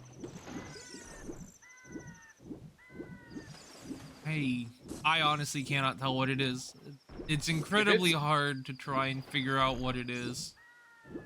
If it's gold, there's always a chance it's light arrows, but it is also not super likely. I'm really just not even sure of that, to be honest. I'm probably gonna die to this Octorok trying to see what it is. Where do you normally try to see it from? Between the biggest platform and one that's leading towards where the freestanding heart piece is. I find it easiest to do it from there. Alright, so now I'm actually in Phantom Ganon again. So the first time I was here, I couldn't do this because I didn't have Slingshot, and you can't stun Phantom Ganon coming out of the painting with a boomerang, apparently. Which is something that I have just learned for what it is worth. But the Slingshot does have the damage properties to stun Ganon as he Phantom Ganon as he comes out of the painting like this. So, because of that, we can now take out Phantom Ganon. This means that I'll get my first dungeon reward, meaning the next dungeon reward I get will give me access to Ganon's castle entrance with the Rainbow Bridge and the Deku Tree, which more or less guarantees a 4th, with one exception is the boss of it is Twin Rova, because that is the only boss we cannot currently beat. Alright, now that Phantom Ganon's out, we're going to activate ISG. And then we're going to throw the boomerang at him, because for whatever reason, Phantom Ganon can get stunned by the boomerang, and then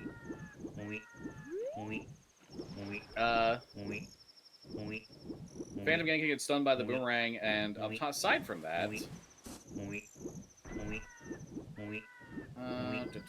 okay, right, when he's at like 1 hit left, it doesn't work. I can't even find it to load it in, honestly. Yeah, just leave it alone for now. Yeah. We're not going to be able to get it without Iron Boots time. anyways. Yeah. Yeah. And worst case scenario, like, I'm going to have to go up to their inventory probably, so I can just check it and double check what you're seeing. Yeah. Really much better at doing that than I am. Well, that's funny. There is a bomb bag on Phantom Ganon's heart container. That is funny. And I was correct. Ice Cavern entrance is Fire Temple. Basically, my reasoning for that is the fact that, first and foremost, a hookshot's in here, and we still hadn't found one after all this time, and the fact that it gave us everything we need to full clear Fire Temple, sans the hookshot fairly early.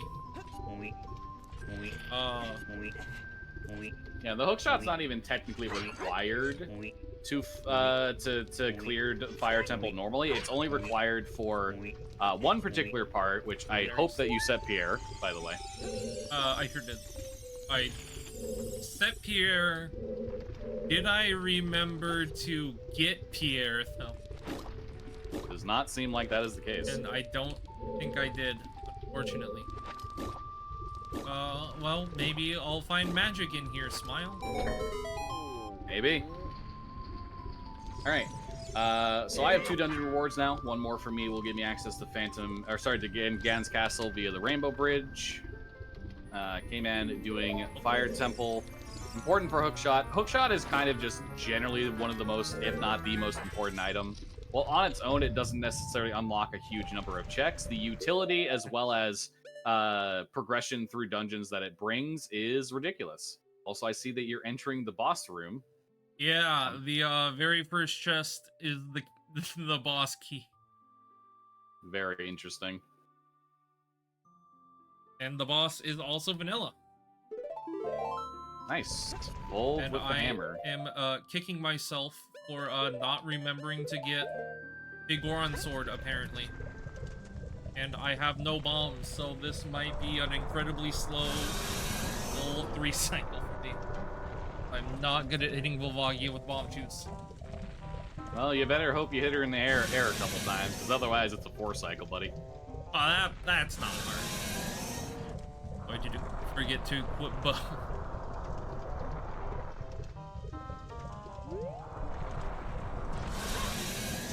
Alright, I'm farming a bit of rupees here because we noted that Kojiro is in one of the market shops. Volvagia once.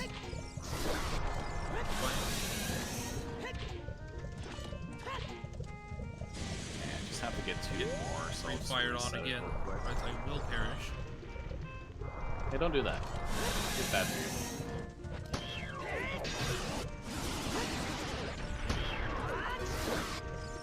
Cool. Now I have enough to turn that in. I did not do slingshot game. So Child save warp is here. This is fine. what I am trying to do here with the nuts and the chew, which unfortunately I was just not very successful at, is basically Volvagia has 2 hitboxes. Wow, Volvagia did not stay in the air for very long. Volvagia basically has 2 hitboxes. One that pops out of the ground during this phase for you to hit with the hammer and attack, and one that goes above the arena and flies around. The one that goes above the arena and flies all around, that hitbox is always directly underneath that very first pool of lava. You can hit that hitbox with explosives. The fast way to do it is by using bomb chews and blowing them up with Deku Nuts. I'm not very good at that. Normally I will just use bombs and can pretty consistently get a 2 cycle with that. However, I don't have access to normal bombs. I also don't have the Big Goron Sword, which, you know, deals twice the damage. I'm gonna end up with another cycle here, aren't I? Sure I am. It was right on an awkward edge, and I messed up. Oh, wonderful. Full on 4 cycle Volvagia. I can do Jabu in its entirety. I should do that. Yeah, it is true. I saved warped to go back to Adult, and then I realized, wait, what was in Deku again? I know it was something that we didn't want to do right away. Then I looked over Jabu. I wish I hadn't hit the reset button. Well, I'll just go do that real quick. That does give me my 3rd dungeon reward. Clumsy Volvagia fight later. Back dead. Now we can go check the rest of the dungeon for items. Hopefully the hookshot. And if Volvagia's heart container is hookshot, I'm gonna be so tempted to leave. Unfortunately, it was not. I was gonna say you should keep doing that dungeon, or I'll have words for you later, sir. I know you hate it, but I hate it more. So that was almost. That's funny that that's almost a completely vanilla fire temple, vanilla boss. Vanilla dungeon reward to go with it, which is funny. I'm making a quick detour because I realized I forgot something that I really don't want to forget.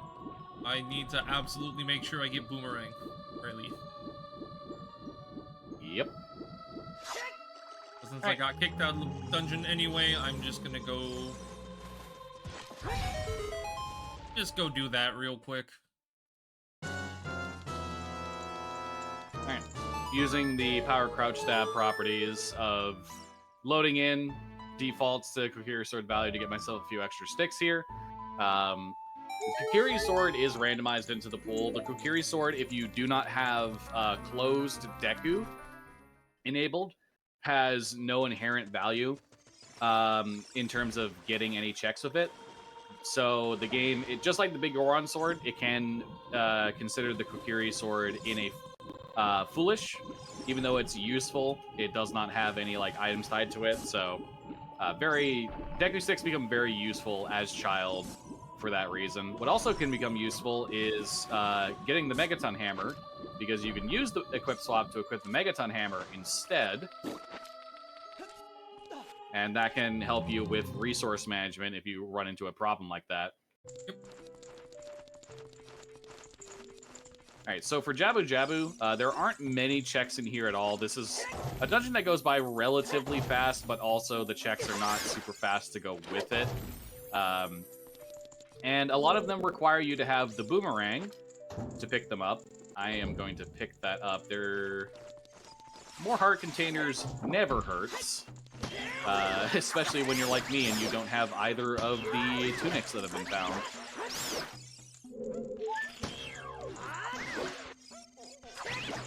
Fun little fact here, Rudo is a projectile. You can throw Rudo into that switch and activate it with her.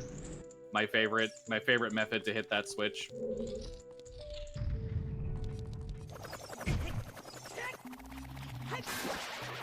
That's... So funny little thing about this area... Oh, guess what I found? Never punished. I found magic. Dang, it's almost as if the seed's been pointing there. Smile. That's crazy. So, the reason I say never punished is, I did forget to get Scarecrow's song. There is, what is it, 2 checks? 3 checks. 3 checks that are locked behind Scarecrow's song, plus a hook shot. I did remember to set it as child, at the very least, so I just need to go to Lake Hylia as an adult to get it. Thankfully, found magic. Have Roar's win. I can just come back here, almost whenever I want to.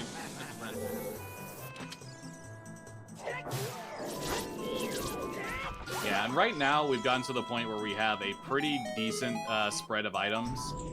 We are at a point where we could theoretically be in a go mode situation if everything worked out. It's not currently extremely likely, but there is a chance if everything works out. There's some items like, for example, Zelda's Lullaby or Hookshot in this particular case, where they are useful for a lot of different things, but it is possible to get settings and seeds where you don't need them. Hookshot is very unlikely for that to be the case, but I have had hookshotless seeds in these settings in the past, so we'll see if that... It's not going to happen, because I'm assuming you found the hookshot somewhere in there, right? Not yet. Oh, okay. Oh, I just finished the boss key loop, which was the dungeon itself was also hammer locked. Earring was in the boss key chest.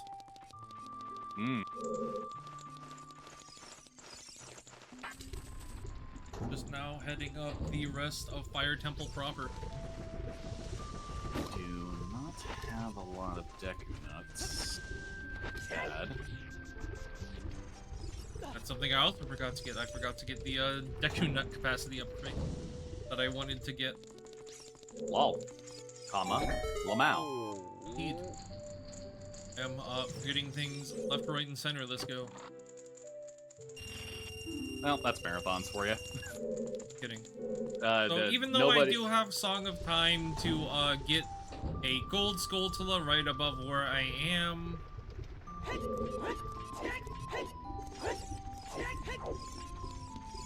Well, I messed it up. One more go of it. There is a little setup you can do here to avoid having to play Song of Time. It is faster and you don't mess it up.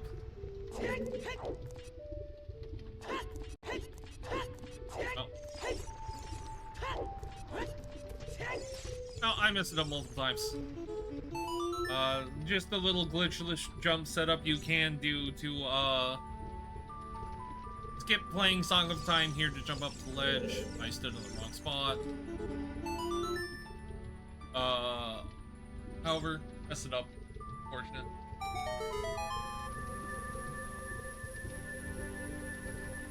So I will just do the intended way to get the skull. Song of Time of Shame. Yeah, if you nail the glitchless jump quickly, it is faster than playing the song and watching the cutscene. But sometimes, if you're just having a little issue executing something that would save you time, continuing to do it and fail it is definitely slower than doing the method that guarantees it, so. No. Shield back. With those nuts, I did not want you to yoink my... Thank you very much.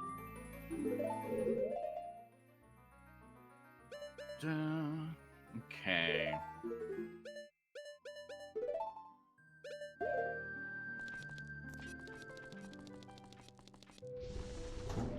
So, Jabu's been virtually barren so far. In fact, not virtually barren, it's just been barren so far. The only things remaining are the skull before the boss room and the boss heart container itself. Other than that, I ain't found shit. Nice. The reward is the Goron's Ruby. Thank you, this one cutscene that they can't get rid of for some reason. Yeah, you may have noticed that the majority of cutscenes in the randomizer, the flags for them being completed or having already seen them are set. And, like, bosses are set to refight cutscene flags. But there are a few cutscenes that, for one reason or another, or original functionalities that, for one reason or another, they you still have to sit and watch the entire way through.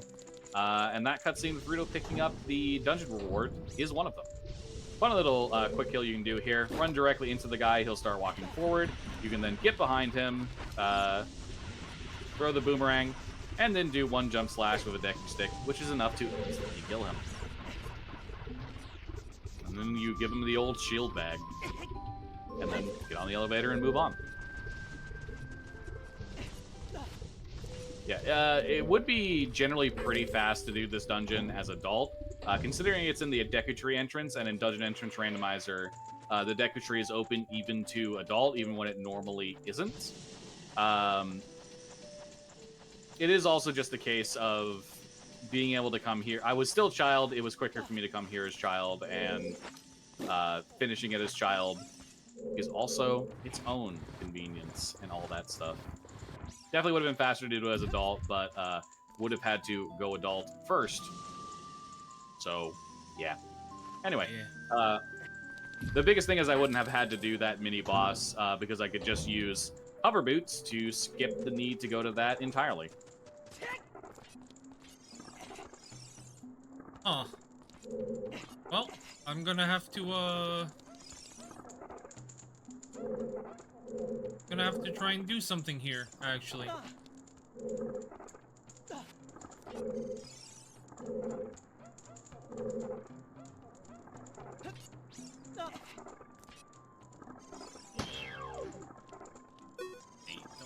Target that guy. So, I don't have a way to push this block. Normally the easy way to get around it is doing a ground jump. However, that requires normal bombs, which I do not have. So instead, I'm going to give a clip a go here real quick. Messed it up. And I'm the boss of Jabu is Vanilla. It's Baronade. I tried to do a quick kill here. If in the ideal situation, I would have been able to instantly stun Baronade twice upon sending his little jellyfish companions out towards us. Did not get the second one, so had to try and throw the boomerang in between them while they were spinning around. Managed to get it relatively quickly, and now that we're in the final phase, we stun Baronade, hit with a slash, and then roll into it, which causes Baronade to come out of the ground quicker. And then one more slash right at the end is enough. Baronade is down, and that is 3 dungeon rewards for me. Jabu up to the heart container is Baron. The heart container is magic. Well, I found the other magic, so That's funny.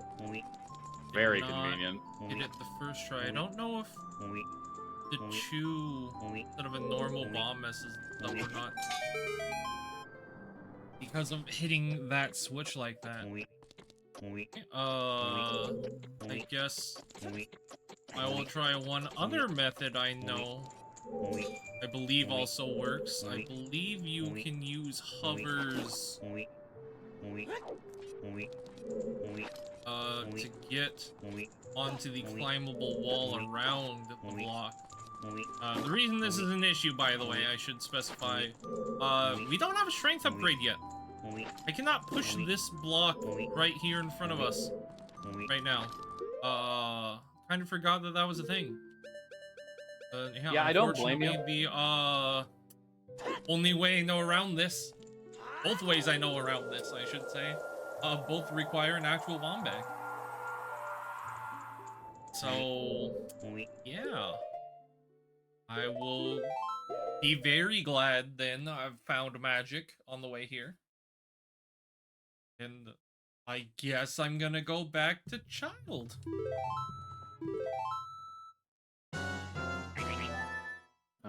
Okay. Don't know why I just did that. Actually, I think I will go do Jabu myself really quick before I actually do that. Did you check the OGC skull, by the way? Okay. The fact that we haven't gotten an outside Gan's Castle foolish hint at this point leads me to believe it might be something. Fair. But also, I have 3 dungeon rewards, so I'm going to the Deku Tree. Fair. Pretty good pace. 2 hours, I have 3 dungeon rewards. Kman won't be that far behind, having one himself. Especially because I'm about to go get both of those 2 that I don't have. Well, it's Lens of Truth. That is a interesting find. We haven't found a market way of the hero, so I'm not like especially, you know, I want to do that right this second about it. You did get speaking of market, you did get Kojiro. Yeah. I did. I have not turned it in because I have been adult for about 2 minutes. And my brain said Deku Tree first and foremost. Speaking of... Wait, you did Jabu as child? Wow. Yes. I was not thinking at the time about the fact that I had hover boots. Yeah. Because I found hover boots over an hour ago. I was a little slow, and I forgot the box. Yeah, so you said you found nothing in Jabu, right?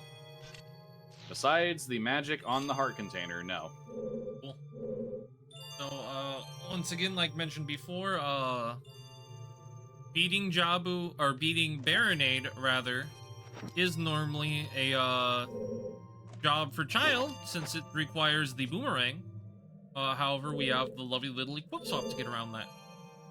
So if you can enter Jabu as adults, you can, basically skip straight to the boss. Yep, you can run into that second room, pick up a box, and with the bunny hood, you have enough speed that you can just run straight over to where you need to go, where you would otherwise need to drop down the piece of terrain you would walk on as child. Even if you don't have the bunny hood, though, you can hop on the elevator that goes up and down and backwalk once it reaches its apex, so... Very conveniently after that, you can also use a bow to hit the switch to unlock the gate to the boss as well. You can hit this with long shot, and even in the situation where Kman didn't have either, equip swapping bow and climbing up where you're supposed to would also work. Dropping boomerang, but yeah. Yes, that. In a little bit of the wrong spot. I was trying to make it work stubbornly, but it was not.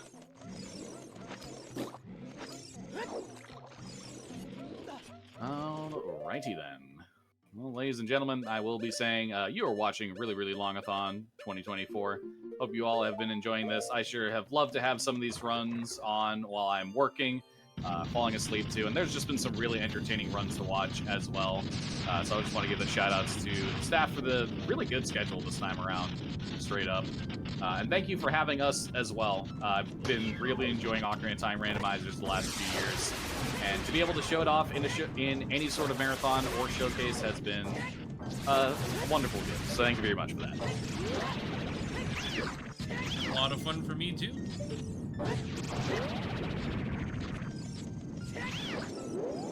Stone of Agony. I did find a hint earlier that said Deku Tree had Stone of Agony, but you might imagine why.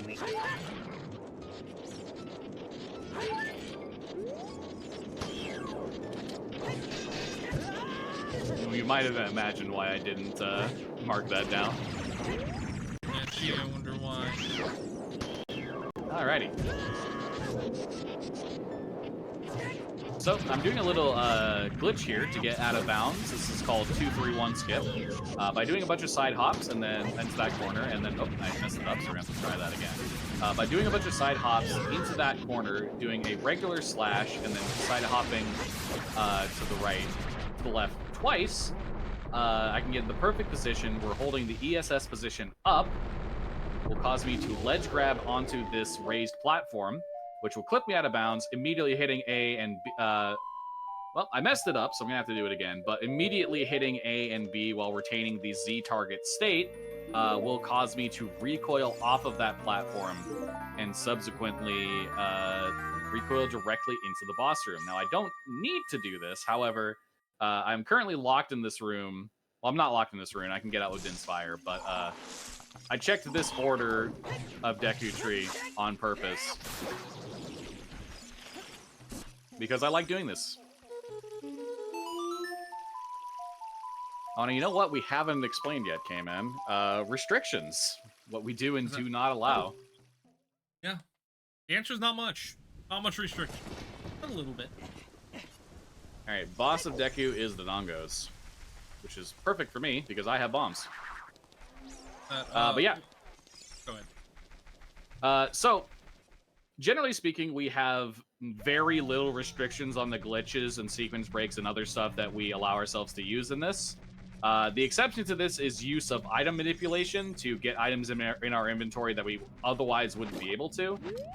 The obvious reason we don't do this is it just sort of defeats the purpose of Randomizer in its entirety to glitch items in your inventory. But the other thing we don't allow is boss key skips. While we were doing this together, we found out pretty quickly that allowing boss key skips would allow us to finish these seeds sometimes in less than 2 hours in the best case scenarios. So by requiring the boss keys in the adult dungeons to finish the dungeons, it adds more things that we're required to do to beat the seed, which, you know, makes it end up going a much more reasonable and proper length. Now, you may be wondering, so why did you just do that out of bounds glitch into the loading zone for the Deku Tree? That's because there is no boss key for the Deku Tree, and therefore I am not doing a boss key skip. That is the semantics there, and I am going to stick with it.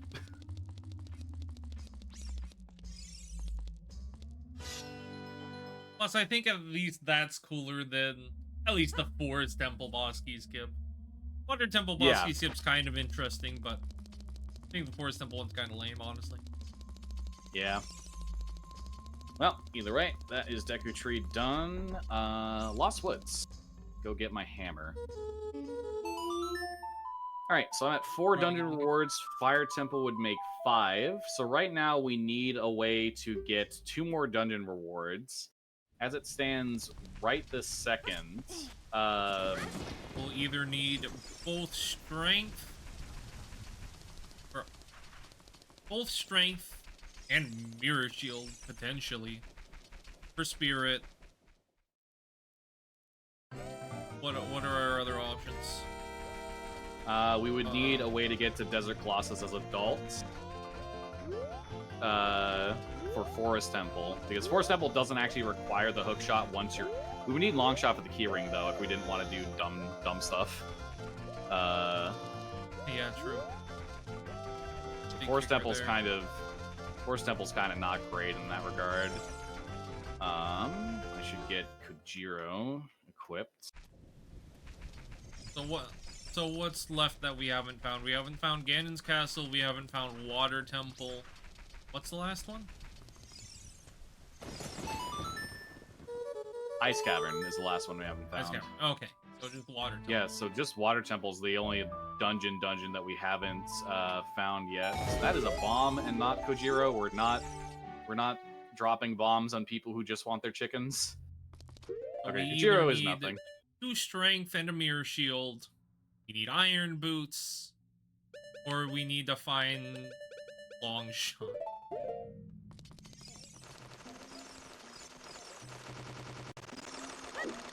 And who knows, we might even need to find iron boots anyway if Ganon's castle entrance ends up being... Oh yeah, duh. Didn't forget about Shadow. Well, once the hook shot's gotten out of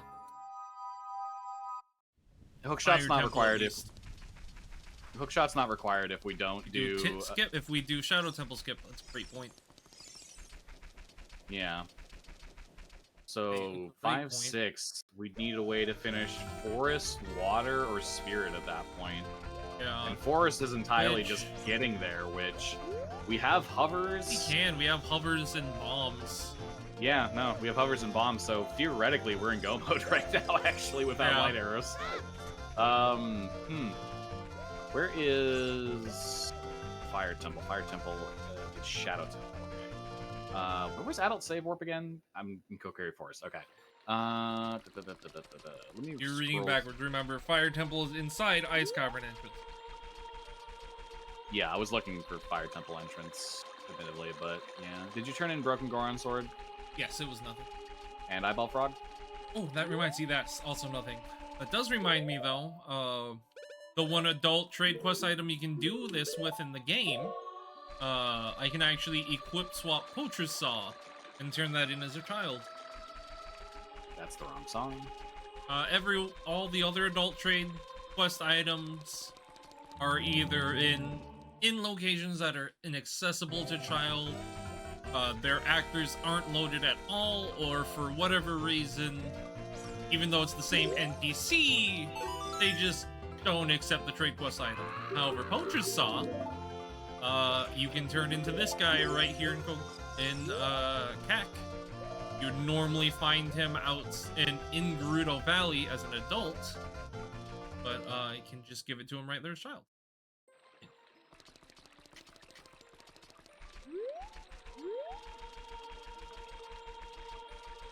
All right, so doing a little setup there to do a jump slash clip. I can get through the wall and enter the Water Temple entrance early. The entire reason I'm doing this is simply for information, because the Water Temple is vanilla. The main reason I would want to know if Water Temple is vanilla or not is if Ganon's castle was here, that would hard require, not hard require, but it would expect us to have the Iron Boots and Hookshot. And I don't know if I want to teach Kman that clip in the middle of this marathon. Again, I would just flip out at the house. True. Around that way. That is true. But yeah, I am going to check exactly one thing in the Water Temple using this ledge clip, because I'm not going to sit here the entire time. May or may not have gotten yelled at over sitting here for 15 minutes doing this ledge clip in the last practice seed we did.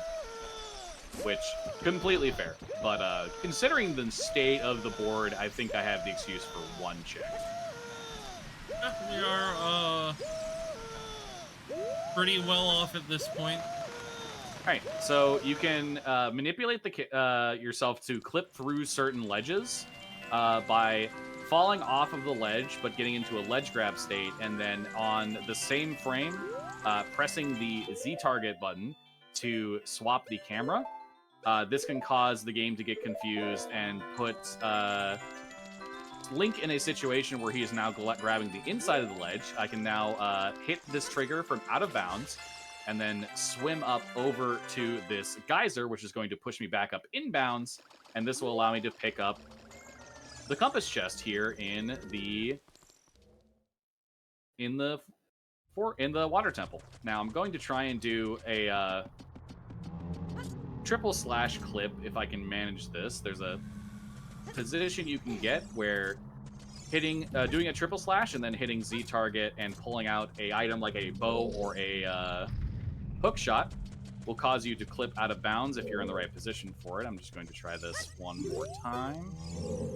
Have to make sure I'm backed fully into the corner.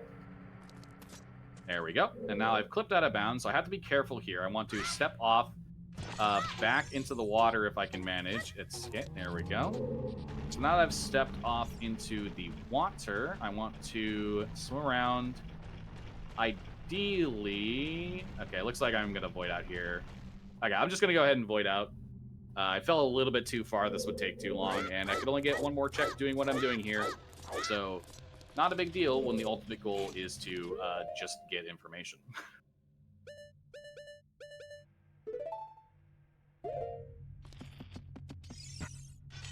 Yeah, if that check there was the boss key of Water Temple, for example, I was actually just going to go check what the boss of Water Temple was, simply because it would make a situation where I suddenly don't need to do Shadow Temple, or I'm suddenly in a situation where I have 7 dungeon rewards, and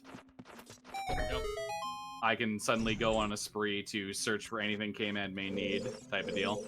Mm-hmm. Why am I playing the Scarecrow song when I don't have Hookshot to get up there? That's silly. It will be, we will need to be a little lucky with boss locations. We either don't want to find Twin Rova, or we want to find Mirror Shield before we find out what the boss of Shadow Temple is. That will be the one thing that... One of many things, frankly, that could still bar us from being in absolute go mode. This exact moment. Yeah. Alright, so I'm going to do a trick known as a bomb hover.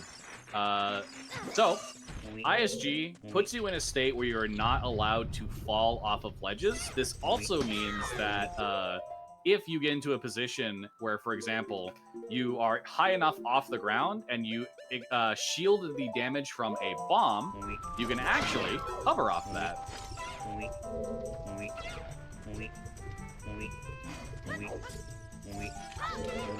7, 8, 9, 10, 11, 12.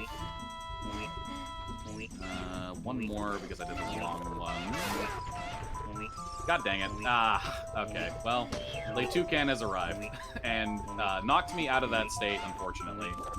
So, sir. Alright. The idea was to get on top of the Lakeside Laboratory here. Because normally we would need either magic beans or we would need... Is this... let's just reset the loading zone here. Okay, so normally we would need magic beans or we would need Hookshot and the Scarecrow song in order to get up there normally. However, in this particular case, because I have... Nice snipe. Good shot. Because I have hover boots and bombs, and I'm just sort of in a moment right now where might as well check these because I can. If they end up being like light arrows, then we've saved a lot of trouble type of deal. Would definitely be easier to go eventually find where the hookshot is in Fire Temple. However, bomb hovers are cool, and I like to show them off.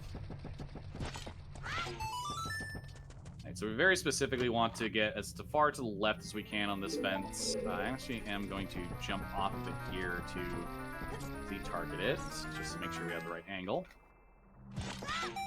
1, 2, 3, 4, 5, 6, 7, 8, 9, 10, 11, 12, 13, and side hop. There we go. We're on top of the Lakeside Laboratory. Skipping the need to...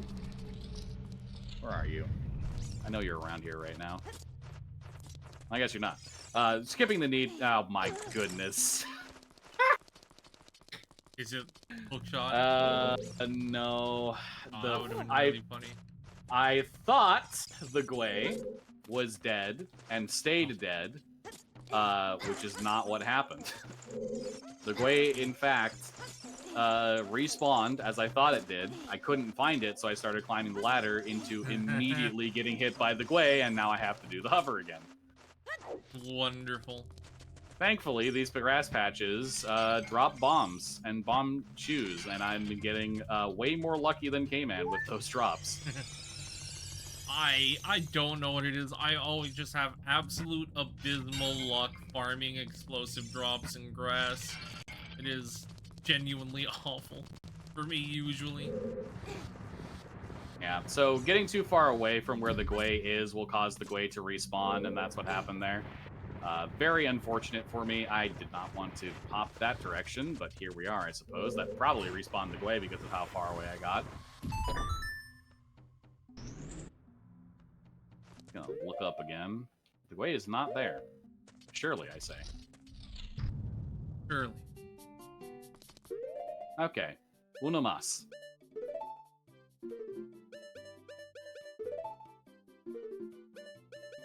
One, 2, 3, 4, 5, 6, 7, 8, 9, 10, 11, 12, 13. The Gwei respawned and knocked me off again. This is something else. Where are you? You know what? At this point, this is sunk cost fallacy, so I'm out of here. You can also just use your bow. I've killed the Gwei every time. It just respawns because of the way Gwei respawning works. Again. I can't change my angle while I'm in that state. God. That time it knocked me off while I was still mid-hover, unfortunately. Where was I going? Fire Temple is Ice Cavern. I cannot get there from the house. At this point, running across Hyrule Field would be faster. In fact, I can show off the cool thing. So there is a way to move faster than the Bunny Hood, and it is with methods known as Super Slides. There's various versions of the Super Slide, but I'll be just doing the most default version here. This causes you to be stuck in a state where as long as you hold shield, you will just keep sliding backwards. And I can use this to slide across Hyrule Field even faster than if I was using the Bunny Hood.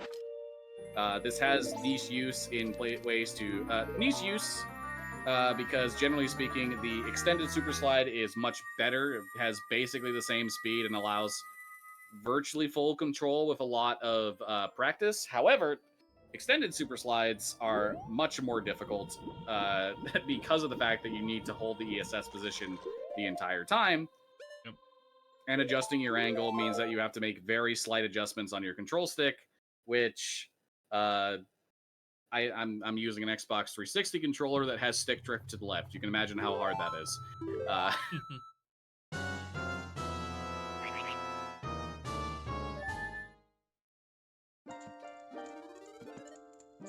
Well, that done, I'm going to remember to buy Bigorn's sword for myself. Or go back a dole. Make life easier. Did you ever find the hook shot in Fire Temple? No, I was gonna go do Deku Tree myself and then Pharaoh's Wind back there. Okay. What did you find in there? There was something you found one more thing there. I need to do with Child. So far, just magic, which you already have. Right, that was Gold Skull boss. Gotcha, okay. So I can ignore everything else. That's good to know.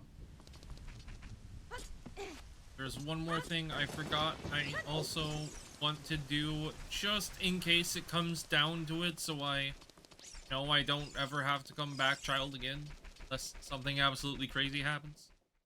I just want to go open Spirit Temple as a door in the bottom of the well entrance. Not do it earlier since I didn't have Song of Storms when I went into Spirit. That makes sense. I'm gonna try and see this item that Kman couldn't see earlier. It's a little bit hard to see, so... Hey, did you ever do the Song of Storms check, Fluffy? That's a red rupee. No, I did not do the Song of Storms check. It's a red rupee on the bottom. Okay. I'm like 90% certain it's a red rupee. It could be fire arrows, but we don't need them, so... We have dims. Okay, so Unfreezing King Zora was nothing. So that is communicated. How do you King Zora? Blue fire arrows. Oh. Alright, you found those. Yep. Yeah, it was like in the first hour of the seed, I think, where I found them, so... Yeah, I see you found them back in Spirit Temple. Yeah.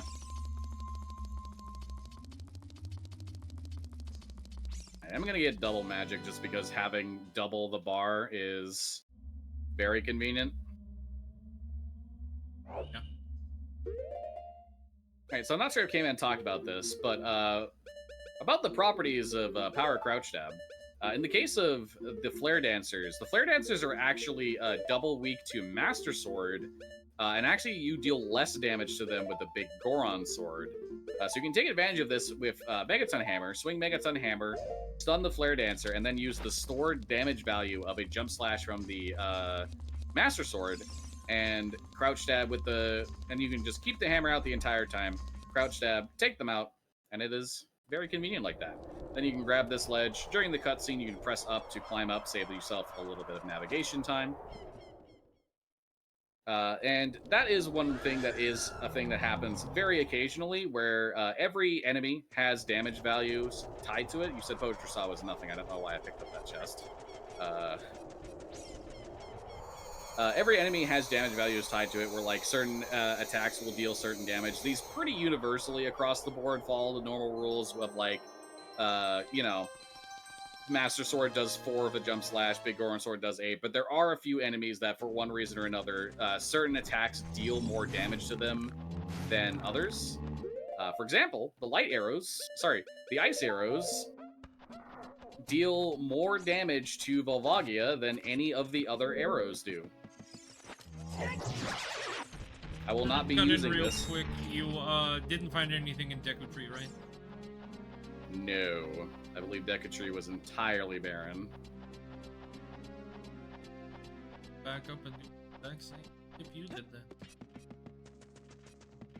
Alright, so here I'm going to be trying to do the same thing that Kman was trying to do earlier with Volvagia, where we do the Bomb Chews and Deku Nuts to explode and hit the hitbox underneath the stage. And if I do this right and I get 8 explosions of the Bomb Chews, that will be enough that a single hit from the hammer to stun Volvagia and the Big Goron Sword Jump Slash will take her out. I do need to equip hammer and Big Goron Sword. Oop. A little bit outside ESS position there, so I did not grab the ledge for 2-3-1 skip.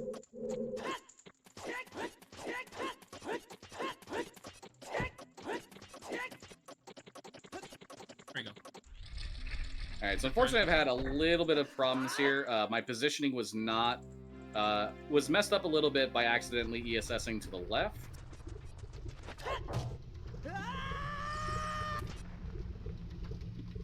Alright, so unfortunately it doesn't look like I'm going to get the one cycle here. Yeah, so I'm going to have to save and try again. Do I even want to save? When did I last save? I don't remember when I last saved, so I'm just going to have to do this. Unfortunately, ESSing to the left threw off my position.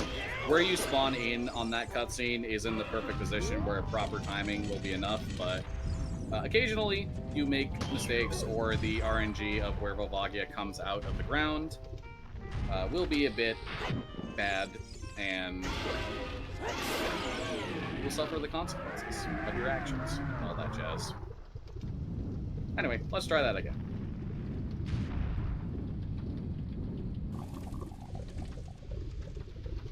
hover boot sound is... I think it's a stingray? I don't really know, actually.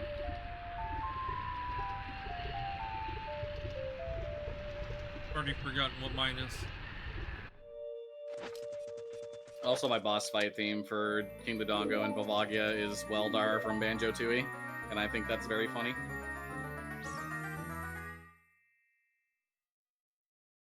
Alright, so I only have 7 bomb shoes here, so hopefully we don't, I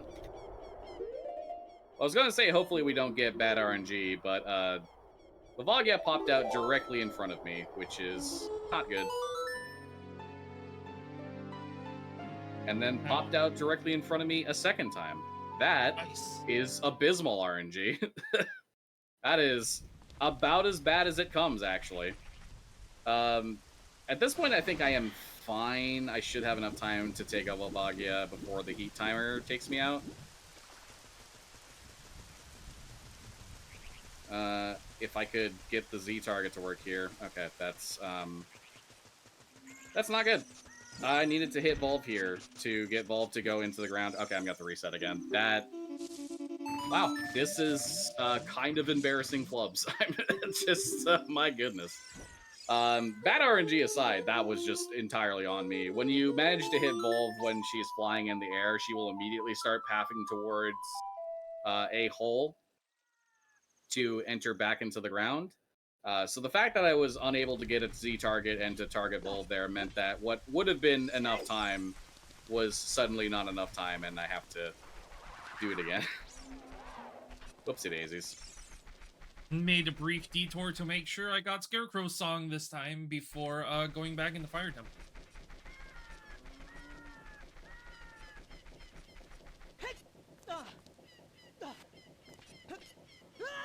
Another great use of me opening Spirit Temple now is I'm just going to be able to hop in here for a brief second and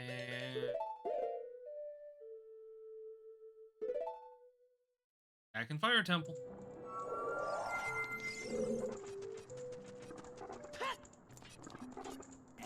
Because really, even though Fluffy is also up here, once again, just kinda really need that hook shot at this point. Now I'm going to do the simpler of the two methods I know to get past this block, and I'm going to do what's called a ground jump, where you can shield block an explosive in just a specific way, where it basically stores a jump for you, where the next time you try to do a side hop, jump off a ledge, a backflip, any sort of jump, you'll actually just do this tiny little jump, but it goes straight up in the air, and it just so happens to be just enough height right there to be able to jump up and grab the ledge, allowing you to just skip pushing that block entirely. Skipping the requirement for strength.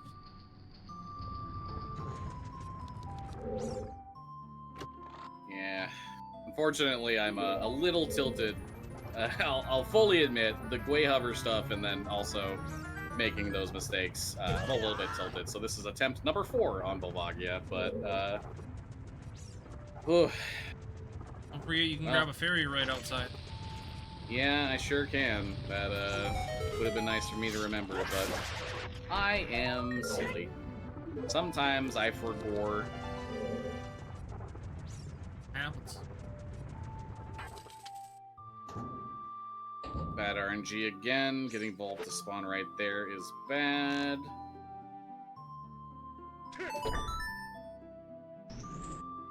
Okay, that should hopefully be enough with 2 hammer swings. There we go. Okay. That is actually how a 1 cycle is generally supposed to look with a little bit of bad RNG. Okay, I did it. We're good. Everything is daijoubu desu. It's not the hook shot, but I did find Bolero in the map chest.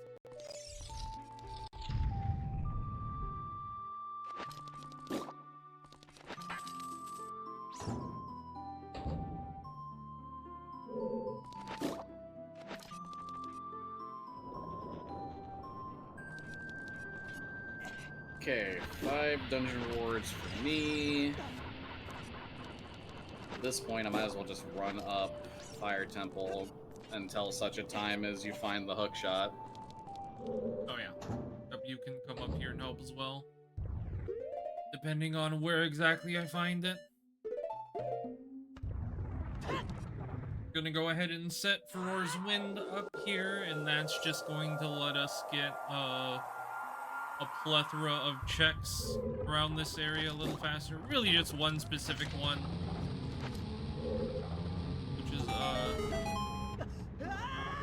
coming down here. This will just save me from having to climb all the way back up that wall. I just jumped down.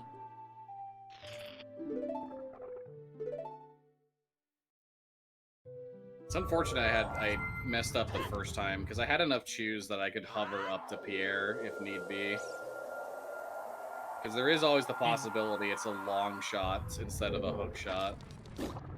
That is true. That is a good point.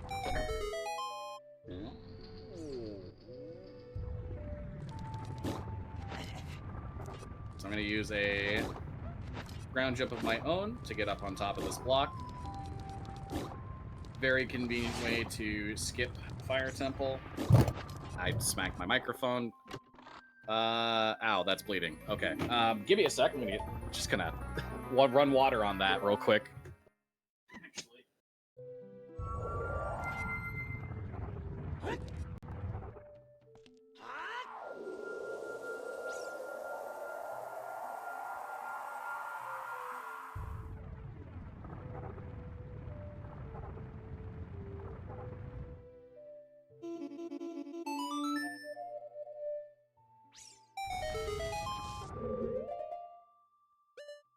They really are dangerous, aren't they?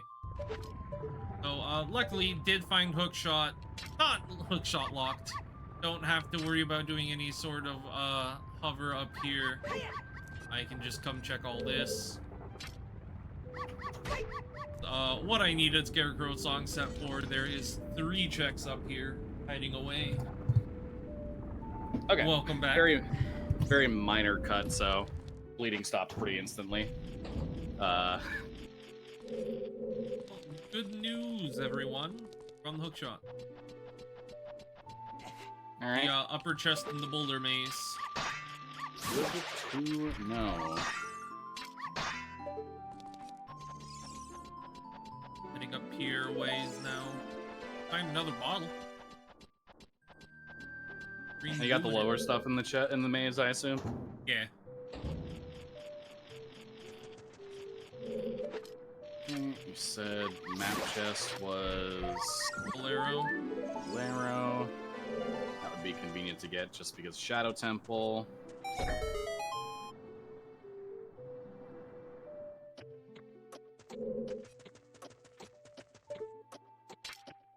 Okay.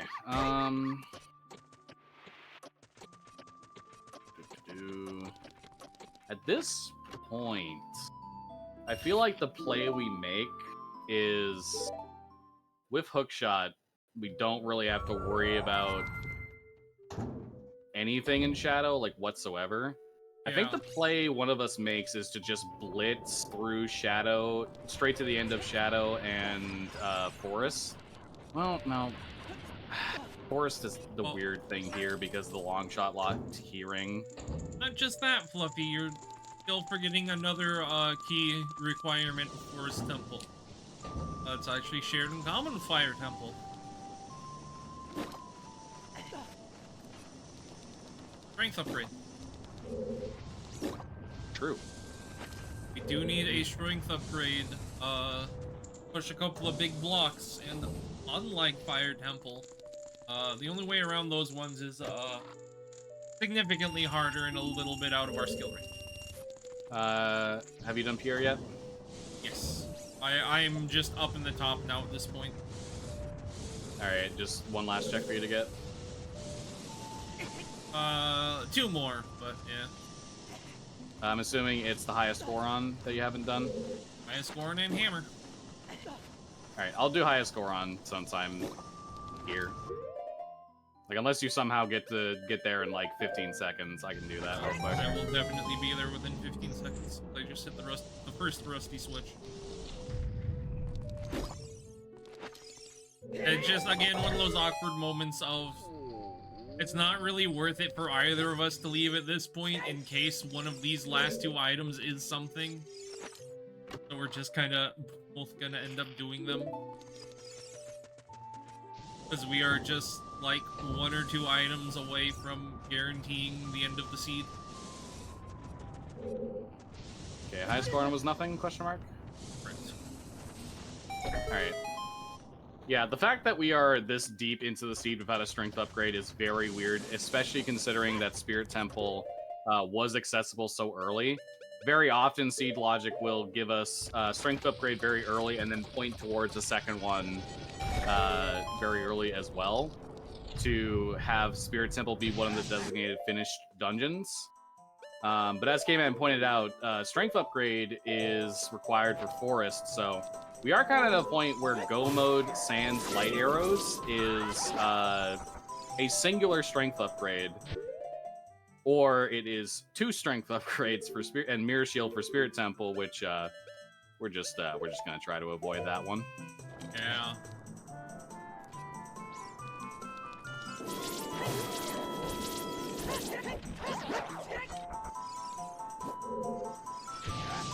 Nope.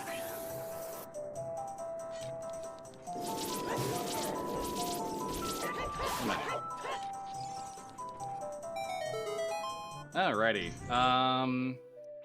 So I guess to note for staff, we're definitely going to finish this under estimate. I'd wager to say that depending on where the singular strength upgrade and the light arrows are, we could be done in 40 minutes. We could be done in a little more than an hour.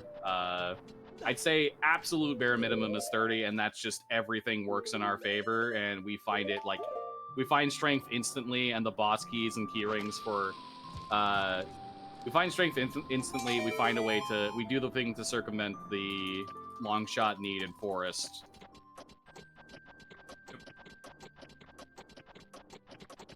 And we're done in like 30 minutes because of very good luck in that regard.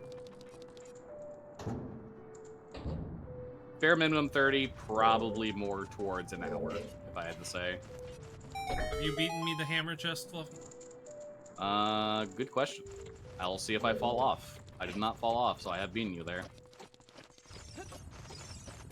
Okay, good. It's just I fell off, bombs. but the safe direction. Okay.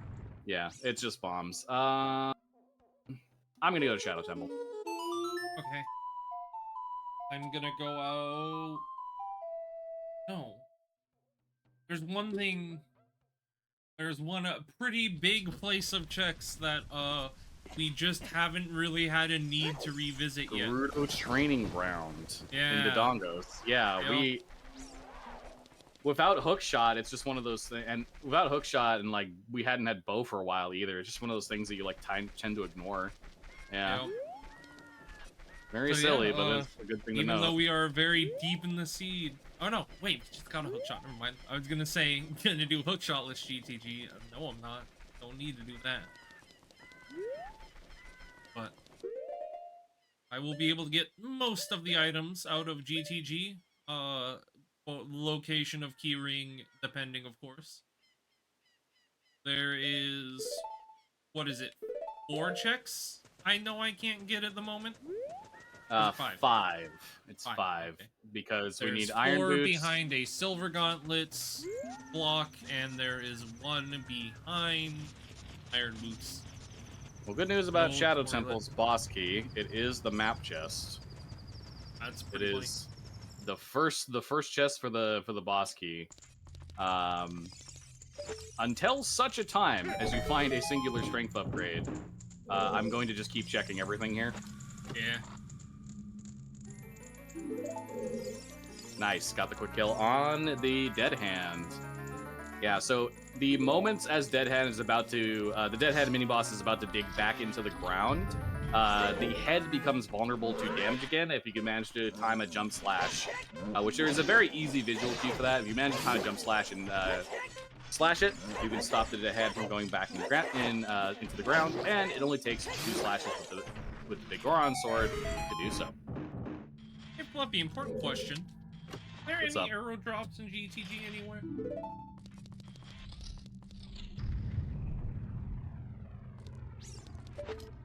The Wolfos, I think, can drop it. I know the Stalfos can, but I don't think there's like a set arrow drop anywhere, actually. It would have to be from one of the enemies, I think. Fine. Definitely not me not thinking about it, and I came in here with 4 total arrows, needed to use 1, you know, in the first room. Yeah, and you need 4 for the eye statue room. Oh, good thing we have good old reliable Feror's Wind. Indeed. Alright, perfect for you. The key ring is in the compass chest. So if Shadow Temple has absolutely nothing worth note here... Drop arrows, that would be... So Shadow Temple has absolutely nothing worth of note here. That does mean that Kman can very conveniently just go straight to the boss with not having to go through a decent portion of the dungeon because of something that I'm going to show off in a moment here, which is Shadow Temple skip. Already cleared out all the shadows. It's not that I've cleared it out, it's that it's going to be faster to do it this way. Gotcha, okay. Because I can ride the... Be clear with the way you were saying. Yeah. It's just faster to check it this way if I get this early. Oh, but yeah, there is a angle that you can put Link at that if you jump slash in between the fence and this wall here, you actually don't get back up. God dang it. Okay, if you jump slash between the fence and the wall, you will actually get pushed forward and clip through the gate. Which the angle is more forgiving than you think it is, but it can be a bit difficult. The main reason I'm doing it is because it ends up being faster to check the later portion of Shadow Temple by doing this. And then if you, in a situation, for example, where, you know, I find a strength upgrade, I'm no longer going to bother checking the rest of Shadow Temple, I can just progress to the end of the dungeon. But it ends up just being faster to check it this way and use Feror's Wind to save time in skipping a bunch of rooms that don't otherwise have any items in them. As well as getting out of one room that does have an item in it. 2 items, actually. Sure would be nice of the game if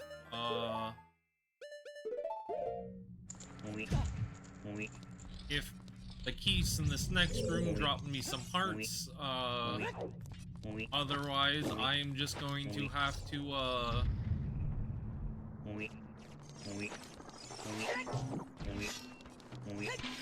leave and get some arrows.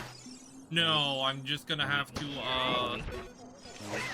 get the chest on fire in the intended manner, because I am at half of a heart.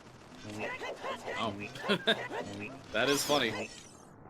Yeah, the room that Kman is in currently, if context clues are correct here, the chest in the middle is meant to use the Megaton Hammer to hit a switch and cause the fire to disappear, but you can just grab it through the fire.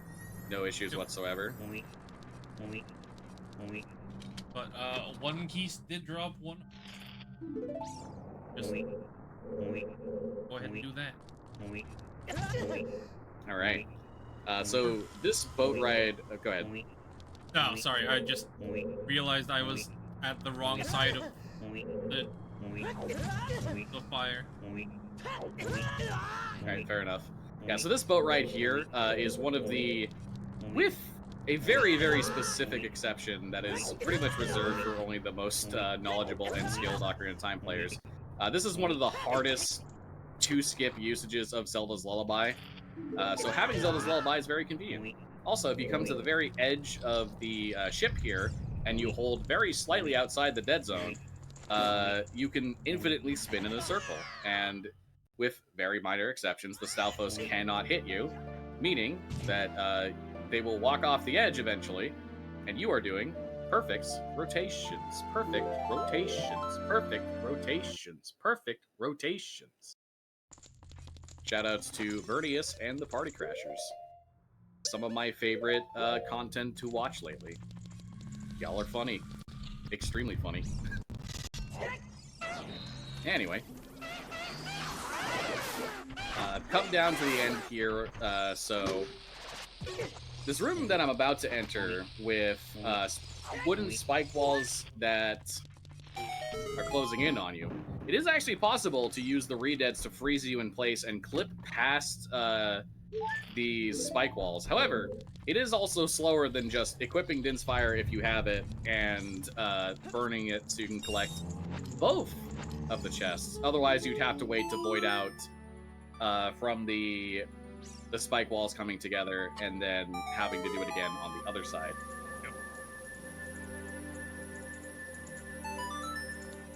All right. 2 more checks here. Fortunately, despite the realization of GTG being a lot of checks that we have had access to for quite a while. Down to the last 2 checks available. And nada, huh? Oh, yeah, a whole lot of nothing. Last one, is this the key ring? Be nice. It sure isn't. So that means key rings either locked behind double strength or iron boots. Very unfortunate. Well, there's a whole lot of nothing in GTG. That is kind of unreal considering how early it is in terms of accessibility. Like with hook shotless GTG, we could have done basically all of that once we found a bow. Alright, so before I continue forward in Shadow Temple, into the boss of Shadow Temple, I actually do want to go back for the checks that I missed because there was nothing in this latter half. It's faster to do it this way because Shadow Temple, there's a couple of rooms between this later part of Shadow and the early to mid part, the mid part of Shadow that you're intended to go through that are nothing. They don't have any checks in them. And there's a room that requires you to either have, that normally expects you to have iron boots to bypass the fans in it. What am I doing? I just wanted to set Pharaoh's Wind here. And that's very annoying to do without iron boots. It takes a bit of time to wait out the cycles to get past. So it just ends up being faster for me to get down here, set Pharaoh's Wind, and check the middle part of Shadow Temple in the second half for looking for things. I certainly was hoping that Forest Temple was going to be Ganon's castle. Fortunately, it is Ice Cavern. Still full clearable and all, but nowhere near as many checks as Ganon's castle would have had. Yeah, that does mean that Ganon's castle has to be Gerudo training ground, though. So annoying, but not unobtainable by any means. Yeah, that does mean we are missing either a guaranteed long shot, which considering Forest Temple would make sense, or we're missing an Epona song or Requiem for Reverse Wasteland.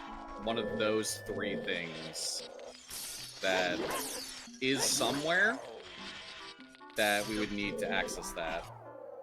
We can, of course, bypass it. We know what to do. There's methods you can do to use forms of Super Slide to get past the drawbridge. The wooden bridge, which is broken currently without the carpenters being saved.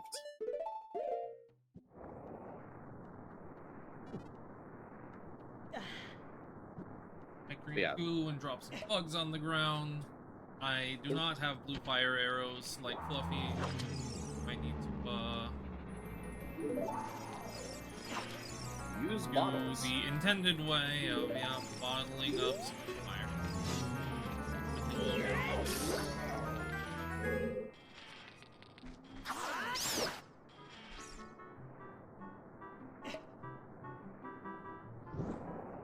Save any for flying King Zora, since we already know that's nothing. Fluffy's blue fire arrows. Deku stick upgrade. Kind of pointless to have at this point. Another bomb bag, which I won't say no to. I don't know why I bothered picking up those extra bombs, because the bomb bag just refilled my bombs. Silly decisions, that's how it goes. Yeah, so right now you may be wondering why we haven't really been talking about finding light arrows. In Ocarina of Time Randomizer, you can enable a miscellaneous hint where if the trials that are blocking you from accessing Ganon's tower are disabled, Ganondorf will give you a hint as to where the light arrows are. And this is useful because it means it narrows the search of what we need, and in the worst case scenarios, it will tell us that we're guaranteed to need an additional item. But that's why we're more concerned about finding strength upgrade than we are anything else currently, because that would put us in a situation where we are in light arrow mode, and Ganondorf could just tell us where the light arrows are. Speaking of, find strength and ice. Yeah. What I assume is the compass chest, the frozen chest in the second blue fire room. Yep, that's compass. Yeah. Is a strength upgrade. I've only got a couple more things left in Shadow Temple, so I'm going to finish those up just in case. Because if it's strength 2, then that's like, oh, super convenient. Then we can just do Spirit Temple. Potentially Spirit Temple instead. It might be Twin Rova. That is something to consider, that we don't know where Twin Rova is. Forest Temple could still be Twin Rova. That is still the last barrier. It's just boss RNG now. Mm-hmm.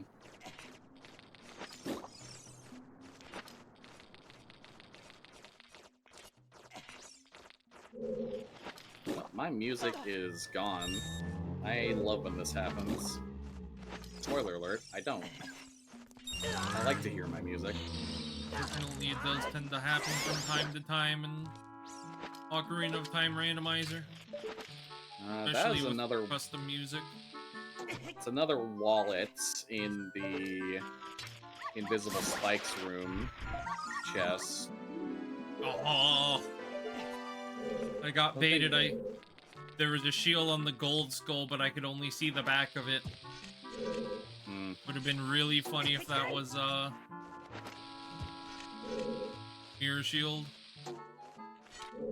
Just like in Fire Temple, gonna do some ground jumps just to avoid having to push the big ice block all around the room.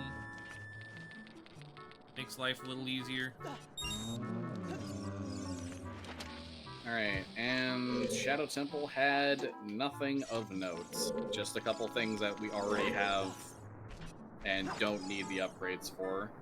I guess I can get Prelude, but that doesn't really help me all that much. Alright, the boss of Shadow is Goma. So that is a clearable dungeon.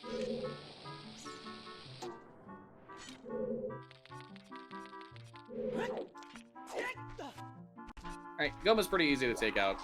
You can just use a Deku Nut, stun her. 2 power crouch stabs with the big Goron sword is enough to kill her, and she is dusted. Alright, that is my 6th dungeon reward. I am 1 away from getting Ganon's boss key and being able to see where the light arrows are. Now I'm Monster Ice Cap. Really?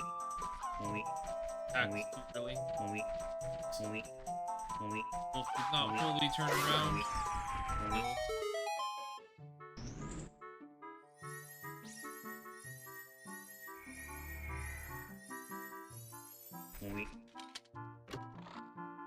Okay, so...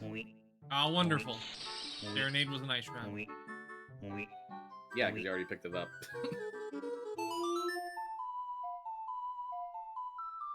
Yeah.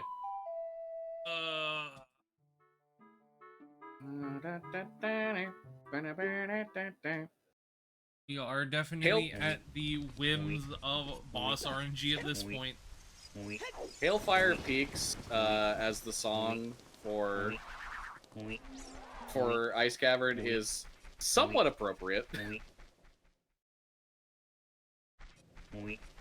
I have blue fire arrows, so I should equip those. Get the strength upgrade. Did you ever do the Song of Storms check, Fluffy? I don't remember. No, I thought when you asked it, you were gonna do it. I did. Just now is the time I'm doing. Oh, fair enough. You full cleared Ice Cavern then, just the strength upgrade? Yep. Just the strength upgrade. Okay. What is the quickest way to get there? Okay, I could go back into Water Temple to do a couple more things, but I don't think that's definitely not the right call right now because we haven't found Iron Boots. But thinking about it, I can now actually get these checks that I wanted to do earlier with bomb hovers and then failed 3 times and went sunk cost fallacy for 1 check. I'm moving on. But now we have hookshot, we can use Pierre to actually grab these checks here. So bottom of the well is accessible. I just realized.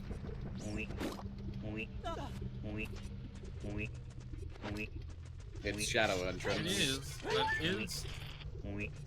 So I have magic and Din's fire. That is something that we've missed here. Yeah. Probably better off going to check Ganon's castle, though. Yeah. That's where I'm going to next. I was gonna go there next, and then I realized, no, I should just... Very quick and easy catch up that I should do first. Started pulling the A button for this fish too early too many times. Get a few hearts for some of the intentional damage boost. Intentional damage taken. I'm going to be having a second. Okay, adult fishing is a foolish choice. Fun fact, when you have the bunny hood equipped on as adults, when you have the bunny hood equipped and get hit by an ice trap, the ice trap becomes extremely big, like the size of the map big, for some reason. Not really possible to see, but there are some angles where you can see the model of the ice trap just suddenly become the entire screen, which is very funny. Yeah, you know, I have honestly wondered what caused that. I didn't know exactly what caused that. That is very funny to know that it is because of Bunny Hood. Yep. Alright, so where was the actual key ring, Fluffy? Remember where the boss key was? Map chest and compass chest.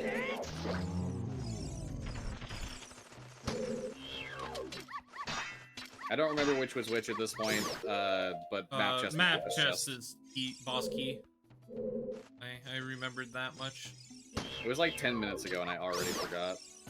Happens.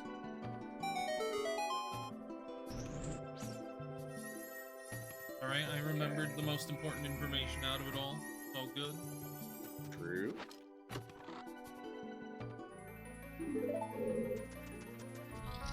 And you did the Song of Storms check, yeah? Yes. Okay. Don't forget to get the skulls in the grotto on the way over to Gerudo's fortress. Wait, have we done the Song of Storms grotto outside Goron City? Yes, I did. Okay, and I did Power Castle's Barrens, that's 2. I did Sacred Forest Meadow and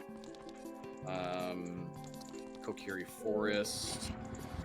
I don't think I did the one in Source River. I think I forgot. I certainly didn't. I think I forgot. Yeah, I definitely forgot. That could be bad. Song of Storms was Way of the Hero, and I don't think at this point what we found in Spirit Temple was anything. Like, blue fire arrows wouldn't even help because of multiple sources of easy bottles too, including Rudo's letter, so... Alright, well anyway, we'll resolve that in a minute, but for now, I am going to set up a super slide. Well, this is not the right position. Super slides will allow you to cross gaps like this with the hover boots. So we put on the hover boots at the right angle, allows us to cross that gap in its entirety, and we can get to the other side of Gerudo Valley without Epona's Song or without the long shot.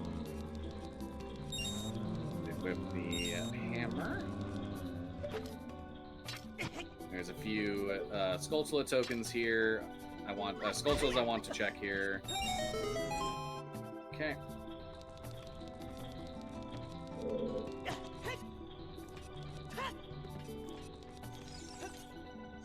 Lordfluffy, it's my turn for the Shadow Tea, or the Shadow Temple skip.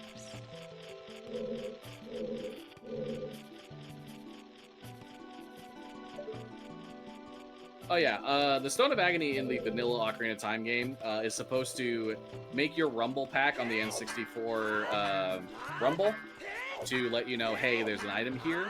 But some versions don't have that Rumble.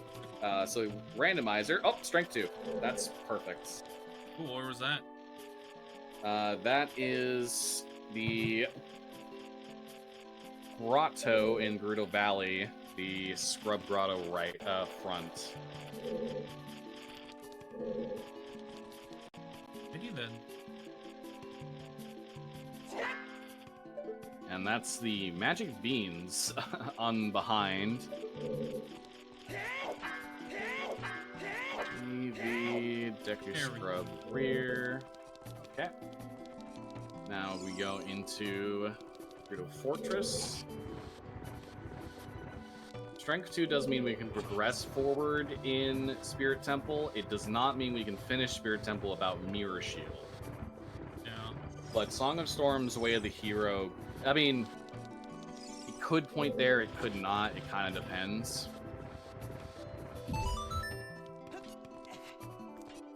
I forgot you can just hookshot the slider. I always forget that because what ladders you can and can't hookshot in this game is just kind of completely arbitrary. Some ladders you can, some ladders you can't. I need to remember you can hookshot that one though. Little trick there, if you shoot the hookshot after getting in the corner between that torch and the wall, the Gerudo will jump into the torch, get stuck, and very easily be able to be taken out. The Gerudo membership card can be randomized, however, just for the sake of convenience, the Gerudo membership card is vanilla, so we will not worry about that. I have the ability to go get the skull, so I'm going to go get it, because Sun Song can make the traversal much easier.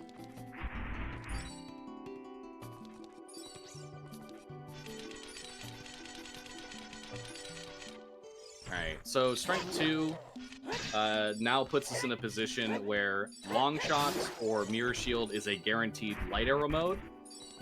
It is still possible to go to Forest and do some things to avoid either of them, but being able to get one of those would make it more convenient to finish the seed up. So that's what we're sort of hoping in what's available to us right now. But that's the case. Why am I not playing Sun Song to work back? Sun Song, go ahead. And frankly, it's really just down to boss RNG. We have a 1 in 3 chance in any given dungeon that the boss is just unbeatable. As we do not have Mirror Shield for Tundrova. Yep, so it really is just going to be luck of the dice kind of a deal. Yeah, and there's only three dungeons left in that regard, so... Which is exactly what I want to mean. No point for me to say that one. It's because that's what a 1 in 3 chance means, Fluffy. Ugh, I'm cooked. Anyway, I'm in Ganon's castle now. I'm checking everything. We'll let you know. Okay, cool. Ice trap, thank you. Mashed out of that one in like 2 frames. This is why I put Pharaoh's Wind. I do this from time to time, where I forget exactly where that invisible platform on the far side is. I do not want to have to walk all the way back down here if I perish. Did not perish. Yeah, okay. Alright, so Gen's Castle, hoping here that there's one of those items, or we find light arrows. We will have to see. Right now, it definitely to me feels like you should stop. Yeah, that's the Kman224 Keyring. I feel like you should probably pit stop Zora's River for that grotto just in case. Yeah. Because Song like at this point, the Song of Storms and Way of the Hero location is not. It's looking less likely for Spirit Temple and more likely for the grottos than ever before. Nope.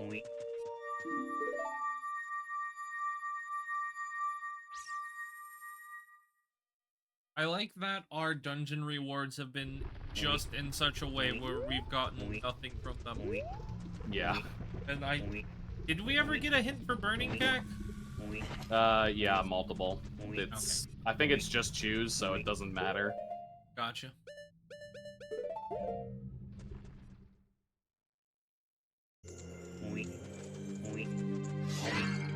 Grab a heart, and I am actually going to, instead of heading straight over to Ganon's castle with Fluffy, I am going to go set Roar's Wind in GTG. Yeah. That makes sense. Strength 2. 1 in 5 chance the key ring. Okay, well there's a Pona song in Ganon's castle, so long shot or Requiem for Reverse Wasteland is definitely expected this seed. Pona's song, Spirit, Trial, Invisible Chest. Alright, now I'm going to do a super slide clip here. We're going to do a angle setup to get ourselves in the right position. Far enough away here, we're going to set up a super slide. The moment we start this super slide, we're going to let go of Z target, and we're going to hold up on the control stick. This will cause us to clip into the right position that we can get into this boulder and subsequently get to the door, skipping the need for having all 3 of these strength upgrades. And that allows us to get 7 checks in here, which I do feel like the logic of the seed has the potential to want us to get strength 3, but we'll see. There's a very real chance that all the items in here are absolutely nothing, but you do occasionally, especially in Dungeon Entrance Rando, you do occasionally get strength 3 requirement for this room. Hey, 2 questions. What's up? Did you ever do adult archery? In CAC? No. Did you ever get the nighttime skull adult CAC? No, because we haven't had hookshot until like 30 minutes ago. Cool. Do both of those right now then. Found the other ocarina. Wow. And a silver scale. So none of these things on their own are anything to worry about. I feel like I don't remember the silver skull check being anything, but it's been so long that I don't even know if I checked it at this point. But surely there's nothing, right? Anyway, last check in light trial is also nothing. Okay.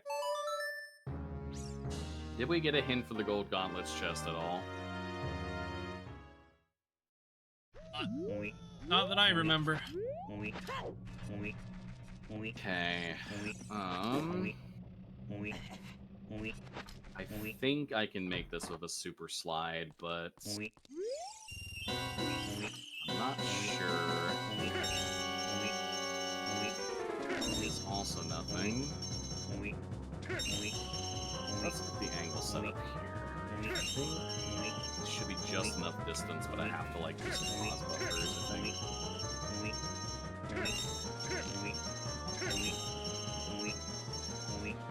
Not quite the right timing there.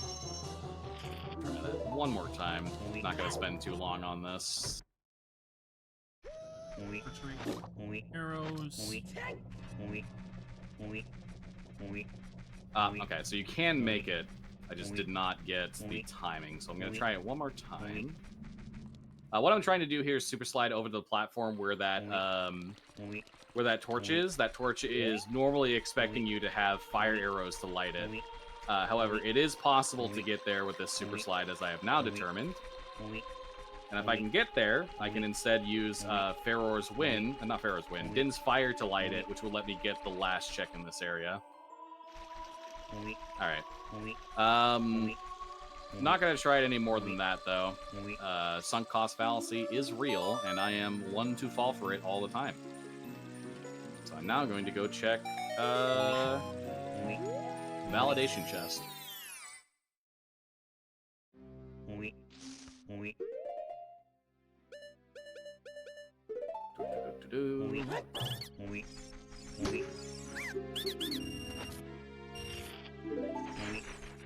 Alright, little thing you can do with the Lizalfos here.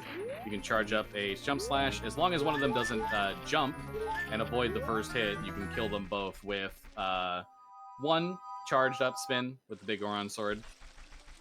We're going to go one more floor higher here to the boss key chest. This could be something, it could not be something. We will have to see. But thinking about it, though, Strength 2 for access to something in Spirit Temple adult side, even if we can't get everything with Mirror Shield. Yeah, okay. I'm going to put Faror's Wind in Ganon's castle. There was nothing here to note. But I am actually going to go to Spirit Temple. Well, so you might not like this, Fluffy, but I was going to suggest something else. Yes. Maybe go do Bottom of the Well. I think I like that one less, honestly. I understand, but one of us could check GTG and Spirit Temple, and one of us could check Bottom of the Well in probably the same amount of time.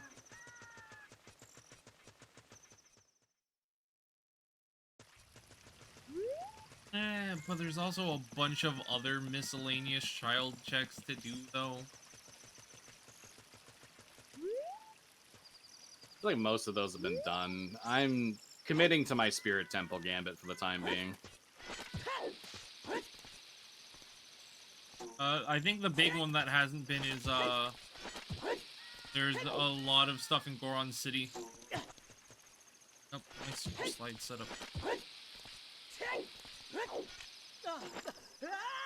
I think most of the child Goron City stuff's been done already, is the thing. The only thing is, like, Spinning Pot, and we can't do Darunia's...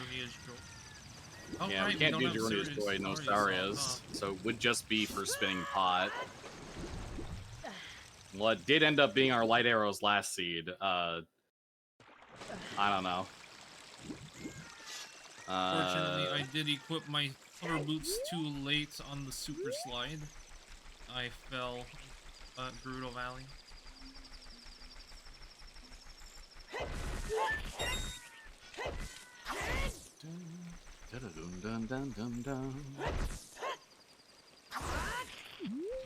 It's nothing. Where did you find Song of Time again? Lon Lon Ranch. Okay, that's not listed anywhere. Did I not write that? No, you did. I was just saying okay. it. Lon Lon Ranch is not listed as like foolish or Oh, or Way of the Hero. Dang. I'm gonna have to do that again. Small little thing. You can climb up this little ledge on Spirit Temple in this Rolling Boulders area instead of you can just go to the left and climb up the ledge instead of climbing up the intended climbable area. It saves you a little bit of time. Well, at least I got it this time before getting bonked out of my jump slash. So there's a skull behind this Song of Time block. It is possible to use the see-up method we've used earlier to clip in and see it. It is just a skull. I did just remember one other check that we still haven't done. We frequently forget because of its very large number of required items.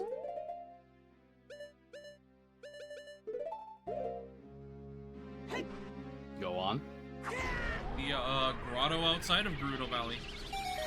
Oh wait, this is the seed we got Hyrule Fields Foolish, isn't it? It sure is. Yeah, bud. it sure is. Well, I can check the hint in here. Earth thrown by Princess Zelda is a piece of heart. Cool. Turbo useless. No kidding. That's just an extra slap to the face.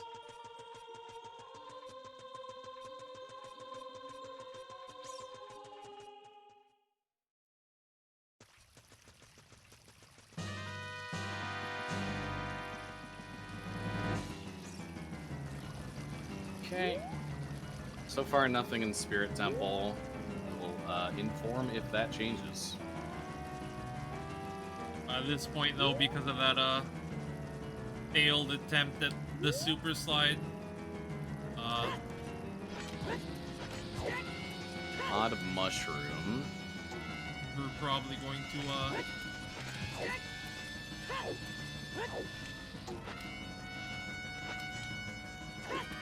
Spirit Temple. First mirror right chest. I'm going to what? Sorry.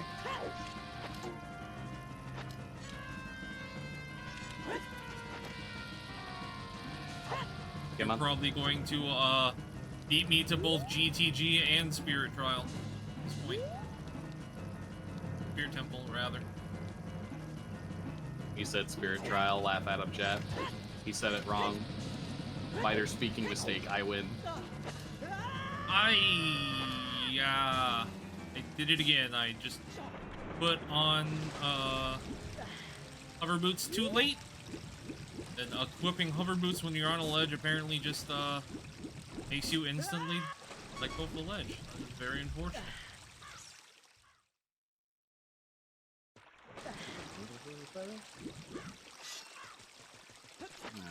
Alrighty then.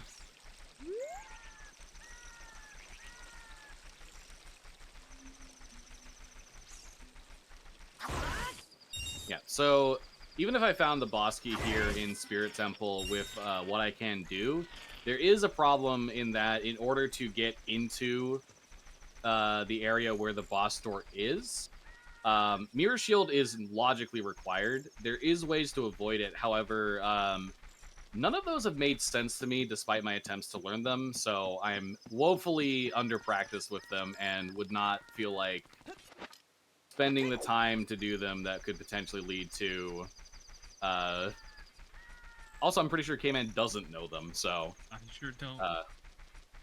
Part of this is making sure that both of us can beat the seed, and there certainly is a possibility that even getting information that it's like Twin Rova, for example, would be nice, but in the situation it's not Twin Rova, it would be a boss that we would want to beat at that point. Light arrows. Okay, well, that is worth it at the very least. Yeah. That is... Spirit Temple. Hallway left invisible chest. That's leading up to the Iron Knuckle. So the light arrows are important for one reason and one reason alone. Every single Ocarina of Time randomizer seed that has its clear purpose as defeat Ganon, you cannot stun Ganondorf, the prerequisite boss to Ganon, without using the light arrows. So every single Ocarina of Time randomizer seed will need 3 items. Bow to shoot the light arrows, magic to make the light arrows actually work, and light arrows itself to stun Ganondorf. The spirit boss key is the mirror shield chest. And where was opponents in Ganon's castle again? Spirit trial invisible chest. So Epona's is notable because it we mentioned at the very beginning that cows were randomized. Playing Epona's song for the cows will each of the 9 cows in the game will give us a unique item. There is a 10th cow that you can play a song for that is in Master Quest Jabu Jabu. However, we don't care about the Jabu. We don't do...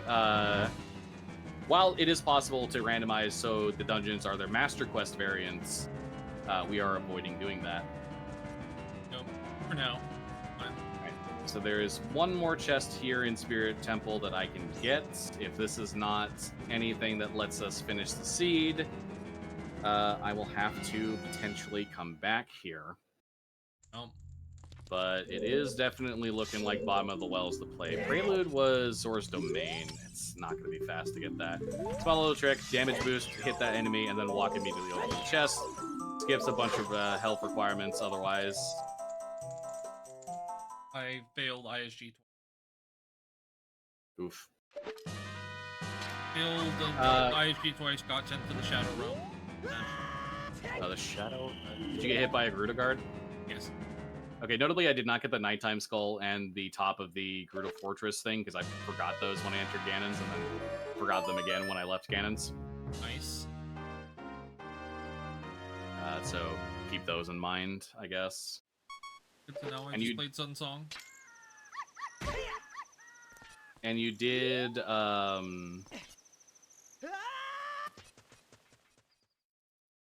Oh, I did get Magic Mushroom. I should go turn that in real quick. And you did do Adult Archery and the Skull in CAC, yeah? Correct. Okay. Alright, so the Magic Mushroom, the Odd Mushroom, is the only adult trade item that actually unlocks 2 items with these settings. This lady will not sell you a blue potion until you hand her the Odd Mushroom.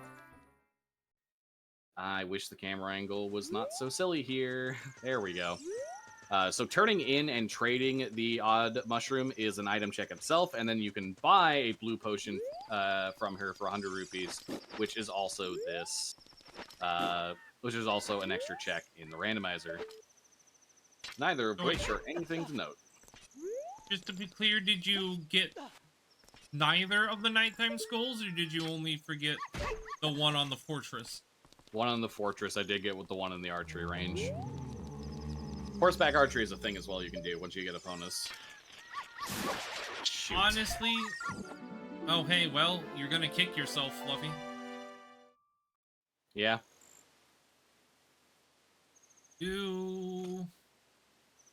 Long shot? Long shot. Alright. Yep, nope, that's me using Song of Time, their Sun Song to... Me using Sun Song to save some movement, being like, whatever, I'll just not, and then... Yeah. Yeah. Well, that is full-on go mode at this point, so... Again, 2 in 3 chance of go mode. To be clear. Oh, true, yeah. Forest Temple boss could be Twin Rova, which we would need the Mirror Shield for. But It is times like this where it becomes very tempting to do a boss key skip. Gerudo Fortress, Great Gold Skull, top ward, okay. Yep. The gold skull at the top. Like, I'm pretty sure this ladder isn't shotable, but now I kind of want to try it. My god, it is.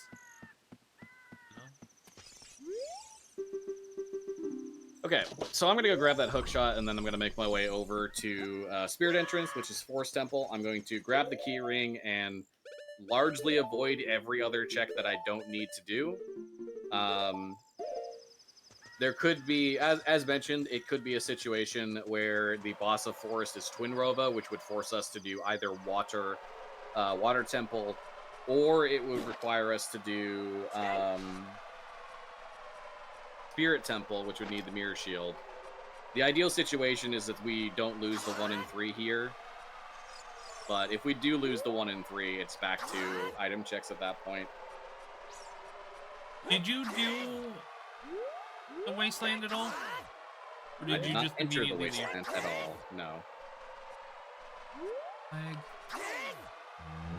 be so hard. Well, it's not that way. Wait, are you implying that you're in the Wasteland? Okay. Fair. Maybe. Why would I not be going straight to Forest Temple? Guess there's no real reason not to, but I guess that means I'll change my strategy to check things in Forest Temple if you want to blitz it then, because you'll reach it there before me. That is actually a really good idea. You blitz it, I can check things in case it is, and if it isn't, because we know where both the boss key and the key ring are, so I did not. The boss key was the first chest. Oh, that's right. Yeah, we remember that.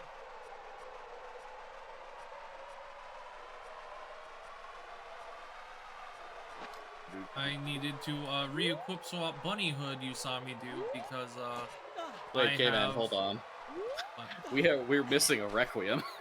That is the only way we can logically get here, because both Longshot and Epona are over here. That is very funny. Jack walked too far, unfortunately.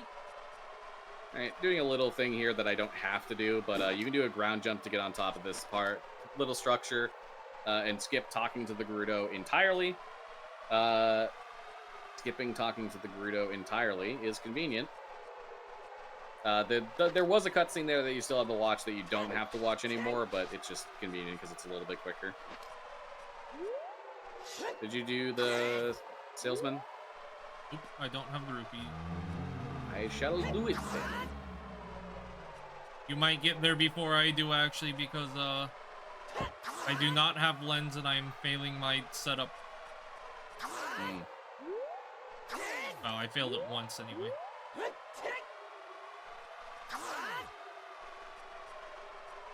Yeah, so the game does expect you to have the Lens of Truth to navigate through the wasteland. However, if you know where to go, you can avoid all of the void out triggers and just get to the end of it. No issue.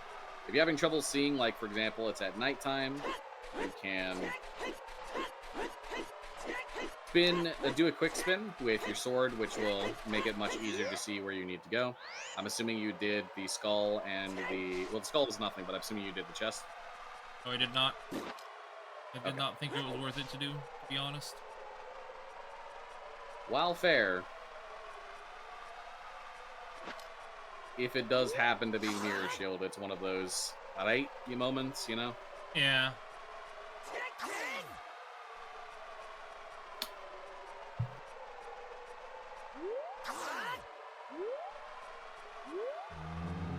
my gosh. I keep voiding out because it's nighttime. You know what? I was gonna say, just turn it to daytime at that point so you have better visuals. Exactly what I'm doing. Okay, I'm gonna fail the setup again, and then I'm gonna void out, die, because I failed the setup. I'm at 1 heart. Alright. Well, Kman has a setup for it. I, however, had just have the path memorized, so I can just walk through it because I know exactly where to go and what places to avoid.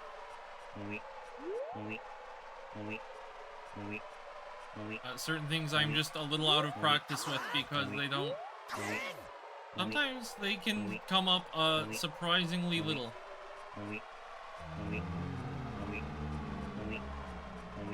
Yeah, this is true.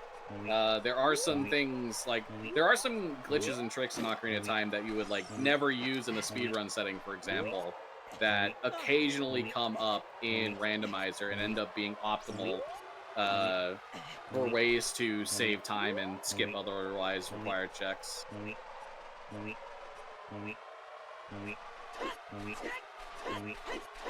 one saw that.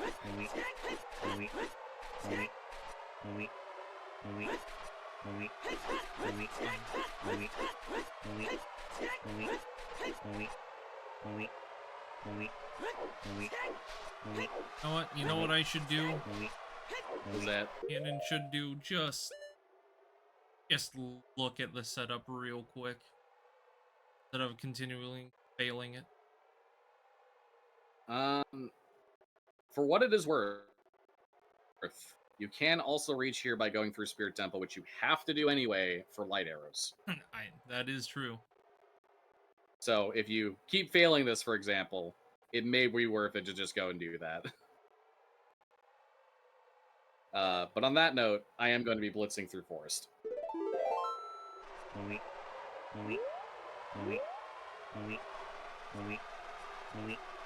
Alright, my expectation is because the seed expected us to have long shot here, and we could get long shot without mirror shield from the looks of it.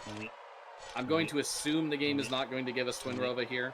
The bosses we have not found are Morpha and Bongo Bongo. Take Fluffy's advice. That I know I did the first part right now. Unfortunately, I am not using a gated controller, much like Fluffy. I'm using Xbox controller, and that can be a downside sometimes in certain setups. Fluffy has a great point of I do need to go into Spirit Temple anyway for light arrows. And they are basically right before I jump off, or I get to the place where I can go to Colossus anyway. Speaking of Colossus, did you ever do the Great Fairy Colossus? I did that, and the skulls just now. Alright, so at this point, I'm going to be blitzing through Forest Temple. I'm going to be ignoring every check that I could theoretically get, just because it's going to be more important to make sure that to know if the boss is even beatable before we start doing any of these checks. This also gives... Now, unfortunately, Forest Temple is a very linear dungeon. While there are ways to avoid it, while there are ways to speed it up, there's virtually no real way outside of a couple specific things, one of which is tied to cutscenes which are not enabled in our settings, to be able to reach the basement where the boss key is, or the boss door is. While it would be very simple to just do a boss key skip, we're not allowing that, so... Yeah. Yeah, I would say, in the interest of time, we might do the boss key skip anyway. However, we started this early because the Echoes of Wisdom run... What am I doing? The Echoes of Wisdom run was well ahead of schedule, so I feel like it is okay if we go over our estimate a little bit, so...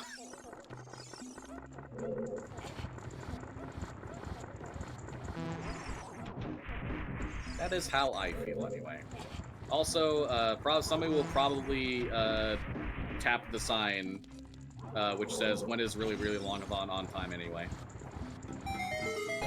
Which I will applaud the staff for actually being on time these last couple days, apparently.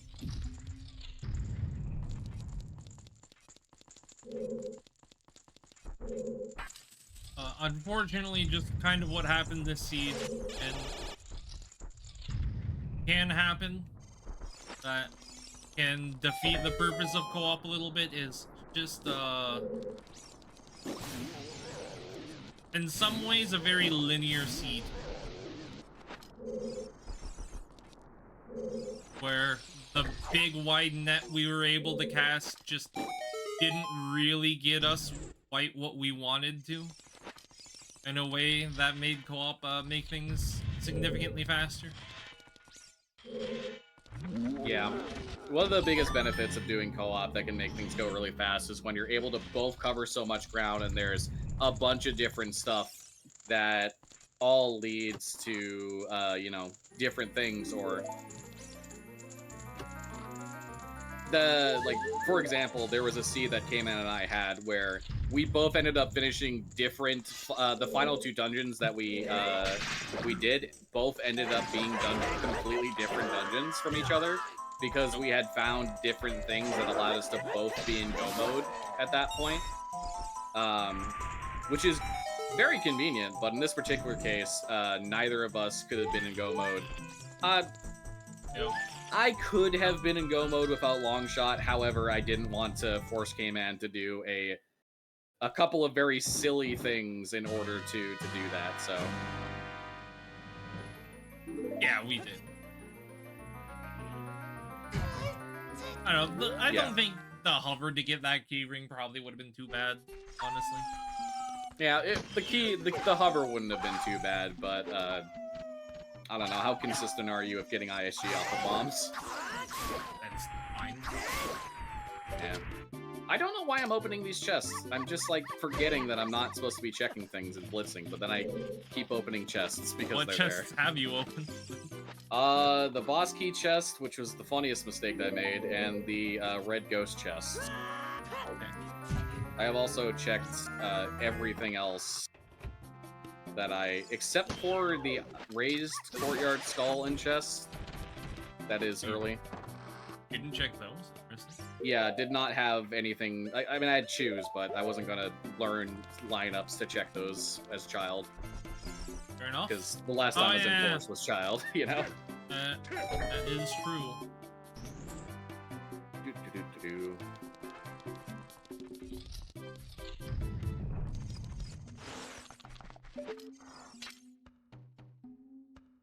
Alright, so I am stopping to kill these ghosts because you do have to do this in normal gameplay. All 4 of the torches will need to be lit up in order to... Oh, sorry. 3 of the 4 torches need to be lit up, if I remember correctly, for the 4th ghost to spawn and allow you to do the fight against the purple ghost. I also opened the blue ghost chest because my brain is not thinking. It's just... It does not think about go, it think about check until I am go. But I don't know if I am go, therefore I must check. Now, Press that. Wise words of wisdom from Lordfluffy. I don't know if you're... Okay, yeah, I think you're doing the checking things until information is gathered. So you did do map chest, right? Then? Yes. Save a few seconds by not opening it. Save back those seconds I lost by draining the water from the well. Actually, you probably didn't get that chest either, huh? No, I did get the well chest. Oh. That is possible to do as child, yeah. Alrighty then. It is possible to get the skull on the raised island with Boomerang, but I didn't have it at that point. That's fair. I have to wait for the ceiling to rise anyway, so I'm getting the ceiling room chest as well. Mm-hmm. That is also nothing. But I just need to check after boss key the bow chest and the blue bow chest. The eye switch chest in the block room climb as well. Oh, yep, okay.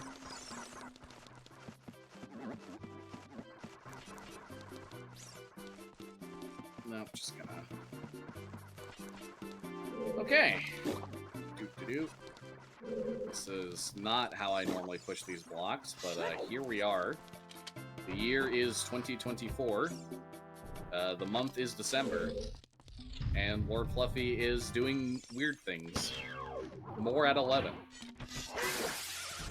Hello, everyone. It is 11:05 p.m. I can continue this joke by saying the evening news has begun, and Lordfluffy has taken out the yellow ghost and will be heading towards the purple ghost now.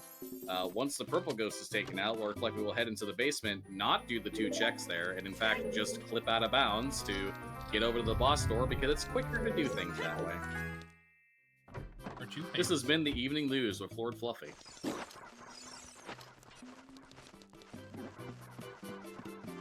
Alright, so, as a kid, I didn't know that the tell for which of the ghosts was fake was the ghost that is, which of the ghost is real is the ghost that is real spins.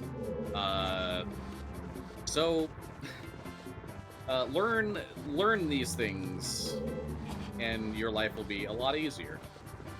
A little bit. Alright, purple ghost is down. Now I'm going to be doing an out-of-bounds clip just to skip the majority of the push block route, the spinning room puzzle. It is, hilariously, very easy to do this. The angle setup and the inputs are not hard to learn at all. You effectively move the statue twice, come over to this gate, side hop, dry roll, let go of the Z target. Then you do 2 crouch stabs for positioning, jump slash, and then hold left. That gets you out of bounds. For a little bit of safety, you can do a bit of C up just to make sure you're walking at the right angle, lest you go back inbounds, which I did. So we'll have to do that again.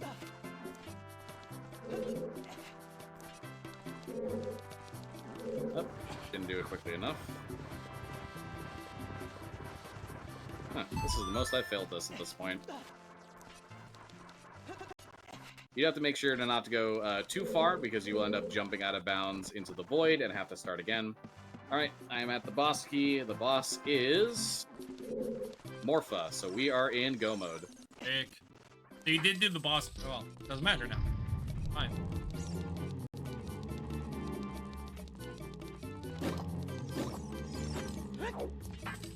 Alright, so Morpha has a very easy to do quick kill. You pull Morpha over to a corner of the room, and then you walk through, get Morpha stuck in a corner, at which point you can just continuously slash and take her out. And that is Morpha dusted.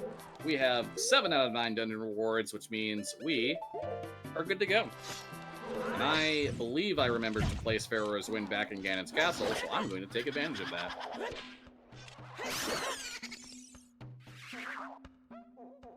Oh, I certainly did. Alrighty, so as a reminder, time ends when both of us finish the game. It does not end when one of us does, so Kman will likely call time at this point. What's faster at this point? I forgot to kill the skull, the Stalfos, in the bottom forest temple. It's just gonna be faster. Oh, actually, no. Pharaohs? No. Pharaohs, kill it, and then use Pharaohs. Pharaohs is in Ganon's castle. Yep, I'm just gonna have to walk back up. Yeah, it would be faster to walk back up than walk to Ganon's. Yep. That sucks, unfortunately. Yep. Well, either way, I know where I'm going, which is Ganon's castle. Lovely. I should learn how to clip out of this room for when I make this mistake again. Inevitably. Yeah. It's a very easy mistake to make because it is not very intuitive, but because that room that chest is in is the same room as the one up top with bow chest. Just have to kill the Alphos in there. Yeah, so specifically, the lower part has a Stalfos fight. When you finish that Stalfos fight, a flag is set, which causes the upper room to activate. That upper room will not spawn. As a result, that upper room will not spawn its Stalfos fight until the lower room is done. And now I'm going to do my final equips here. I'm going to equip light arrows, bomb, and a lens, and a bottle. And the bombs are a surprise tool that we will use later. But yeah, coming up on the end here as we climb up to the very top, Ganondorf will start the fight, give us the hint that the light arrows are in Spirit Temple. And we will make use of everything we have equipped. Aha, you'll never beat me by reflecting my lightning bolts and unleashing the arrows from the Spirit Temple! Alright, I actually should have done my pauses while I was in, actually. So... Alright, we're going to do a jump slash, store the damage of the big Goron sword, and then we're going to take out the Master Sword, and hopefully I shouldn't have to equip anything for the rest of this. So when Ganondorf starts to throw a lightning bolt, we'll hop over, use a bottle to reflect the lightning bolt back at Ganondorf, use the light arrows to stun him, and now... I missed the one cycle because I stabbed a frame too early. Very unfortunate. Lucky. Alright, when Ganondorf starts charging that big orb, you can just thankfully shoot him immediately with the light arrows to stun him. That is the Ganondorf face down. The randomizer allows an option to skip the castle collapse scene, which is present in vanilla. And now we're heading into the final fight against Ganon. And this is where the bombs come into play. So, if you super slide into this cutscene, that starts the Ganon fight. The game, during the Ganon fight, has a few locations at which it tries to take the Master Sword away from you. However, If you are in this super slide state of Link just standing there with the shield held and not animating at all, even though the cutscene has fail-safes to take away the Master Sword from you, beyond when the cutscene would normally throw the Master Sword away from you, it cannot take the Master Sword away from you, meaning that we can take the Master Sword into the first phase of this fight. If you do not have a Megaton Hammer or a Big Goron Sword to store the Master Sword damage, this is very convenient to still have the Master Sword. However, I also just like jump slashing him, so... jump slashing is a very convenient way to hit the tail, which is the weak spot. If you are fast enough, you can pretty consistently take down the first phase of Ganon in 3 hits, just like that. Now, we have the Master Sword still in our hand, but the fight expects us to go pick up the Master Sword on the outside, which is required to progress the fight forward. Now we just have 5 more hints. One we can do directly to the face. Next up is going to be 4 to the tail. We roll through, roll back, get the angle, go for a jump slash, roll through, roll back, get the angle, go for a jump slash, rinse, repeat, until dead. All right, so my part of the randomizer is going to end very shortly here. Time will not end until Kman is done, and that is as clean of a Ganon fight as you can really get, honestly. I'm just getting to the blue Poe and forest, so I'm not too terribly far behind. Orpha's a quick boss fight, and then I do have Farore's Wind set in Ganon's castle still. But, instead of listen to me go on about things Fluffy has already done, Fluffy, you can pull up the spoiler log and check where some of these pesky items that really didn't want to be found were. Yeah, so spoiler logs are things that randomizers create, that can create, sometimes they do, sometimes they don't, that let you know, that like have a detailed, like what is this location, what is this entrance, what is this item location, and yeah, while we're waiting for Kman to finish, it'll be good to go over these. So first and foremost, Mirror Shield. Mirror Shield was... wow. Mirror Shield... Of the well? It was not. It was the silver scale check. I did not actually go and check the silver scale when I was there as a child. So then where's the other silver scale? Because you didn't even find one until Ganon's castle anyway. Yeah. Colossus, Deku Scrub, Grotto, Rear. So we needed Strength 2 for that anyway. Which we didn't get until very late as well. Wait, okay, so then where's Requiem? Because then we had to have done Reverse Wasteland. Trakak Anju, Trade Pocket Cucko. Pocket Egg was bottom of the well, front left fake wall chest. So bottom of the well led to Requiem of Spirit, which would have been required for access to Ganon's castle and everything with Reverse Wasteland, because wow. Where did the Triforce of Courage get placed? The Triforce of Courage got placed nowhere, because I don't think that's an item that we can get here. Wow, that's very interesting. So we did not get Pocket Cucko. We did not also get Prescription and Eye Drop. So Prescription... Well, I just found Prescription, forgetting I don't need to check chests. It was the chest in Forest Temple basement. And then I realized, wait, I don't need to check the chest. And then, because my mind went straight to that, I got a little lost in the spinner sauce. And did an extra revolution around. That's funny. Yeah, so eye drops were in Water Temple, the Gold Skull in the river. We did not find Iron Boots this seed. Iron Boots was bottom of the well, Gold Skull, like Kate. So visiting bottom of the well earlier once I had magic would have pretty easily solved this seed for the most part. It would have made things easier for us. Definitely, that's a little bit on me because I've had Dins for much longer than Kman, and I had Magic as well. Definitely was an element of thinking we might have been in go mode, and then sort of ignoring what the thread of logic of the seed wanted.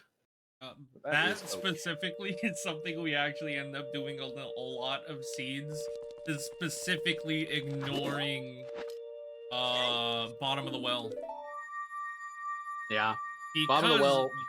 very often what ends up happening is we don't have Zelda's lullaby, and half of the checks in bottom of the well are locked behind Zelda's lullaby. So it really is just yeah, we know the item the game wants us to get is probably in bottom of the well, but we really don't want to go there because we don't have Zelda's lullaby. We just ignore it Yeah. instead. And it's also a lot of the time the game doesn't give us Ruto's letter as the first item we get. So bottom of the well ends up in Jabu Jabu, which ends up being a dungeon we don't have to dungeon entrance we don't have to go to at all, which also causes it to be a place that we don't tend to go. So bottom of the well Also can very only true. be in dungeons that child can access. So that means it can only be in Deku Tree, Dodongo's Cavern, Jabu Jabu, Shadow Temple, and Spirit Temple. Fire Temple. And Fire Temple, yeah, that's true. But very often it ends up being in one of those. Jabu Jabu needs Ruto Letter, Shadow Temple needs Magic and Fire, and Din's Fire, or Fire Temple needs Bolero. So, speaking of songs, though, Saria's song was the one check in Deku Tree we skip every time, the Gold Skull in the back room. On that note, Darunia's Joy was a recovery heart. Spinning Pot was also a recovery heart. Neighbors was on 50. Fire Arrows we did not get. Fire Arrows was... we didn't do Re-Dead Grotto. Did we seriously not do Re-Dead Grotto after we mentioned it? I thought about doing it a few times. Oh my god. that is funny. Messed that up a little bit, but can get a nice clean kill on both of those Iron Knuckles at once with Big Oron Sword. Messed up my angle just a tiny bit, but it was still... Yeah, so the other two slingshots were Death Mountain Trail Gold Skull above Dodongo's Cavern, and the Forest Temple Ice Switch chest. So the one that I got in the Graveyard Royal Family Tomb just kind of ended up... Did I do that when I had Magic and Dins? Did I do Flame Storage when I had Magic and Dins for that? I think I did. I know you did do Flame Storage. I do not remember quite. I think I might have had No, you Dins. definitely didn't have Magic, because... No, you absolutely did not have Magic. Because Magic was the... You got Magic from the end of Jabu. True. Yeah, okay. So I did not make that mistake. That is true. No, you absolutely did not have Magic. Magic was only found like halfway through the seed. Mm-hmm. That was not one of side help, but a jump slash. Now do my final equips as well.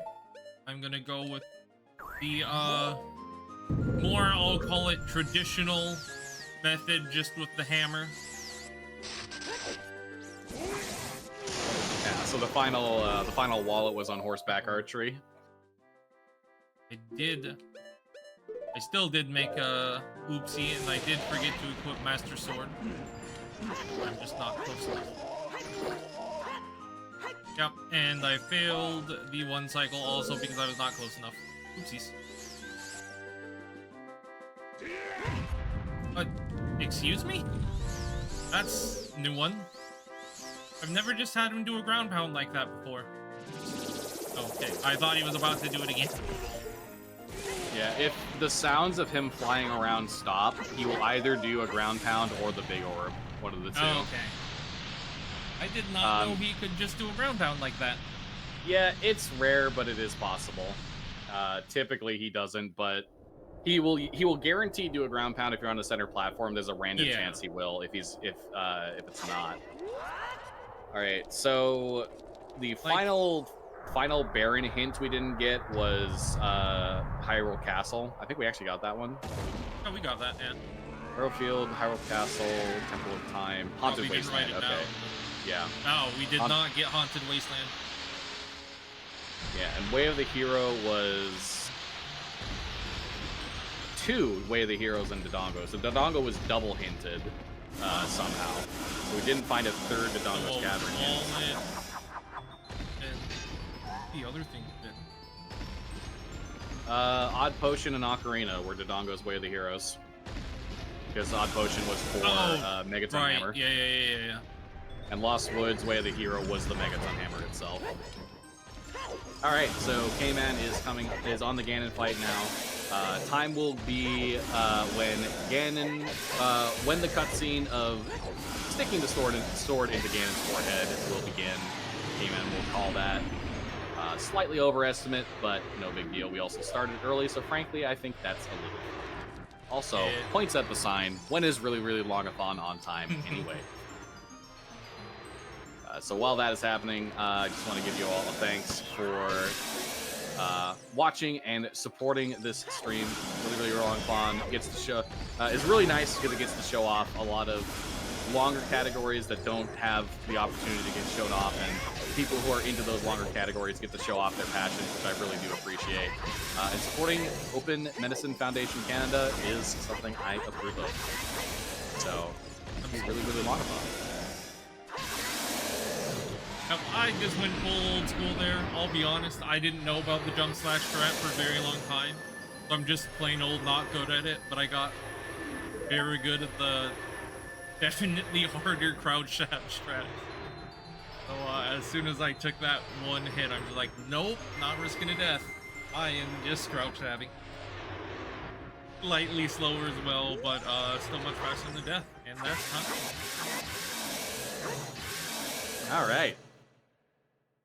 So I ended 3:58.29. Kman ends around 4:08.40 something, if I look at that correctly.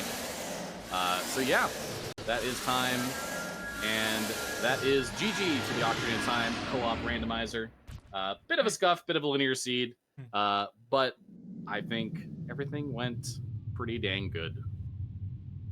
Other than the massive skill issues we both had, yeah, it went great. Alrighty. God, don't remind me of the Logia mistakes. That was so bad. Alright. Well, if y'all enjoyed that and are interested in watching more Ocarina of Time randomizers, I do solo randomizers myself pretty often and do more with Kman every now and then. You can find me at twitch.tv/Lordfluffy. I do also stream other types of randomizers as well as different speedrun content as well if you're interested in that. You can find me on Blue Sky at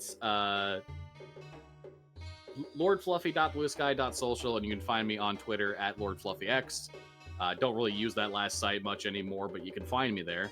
And I, once again, thank really Longathon letting us have Ocarina of Time Randomizer here, and for me to get to show off something I am very passionate about. Okay, man, you have any shout-outs?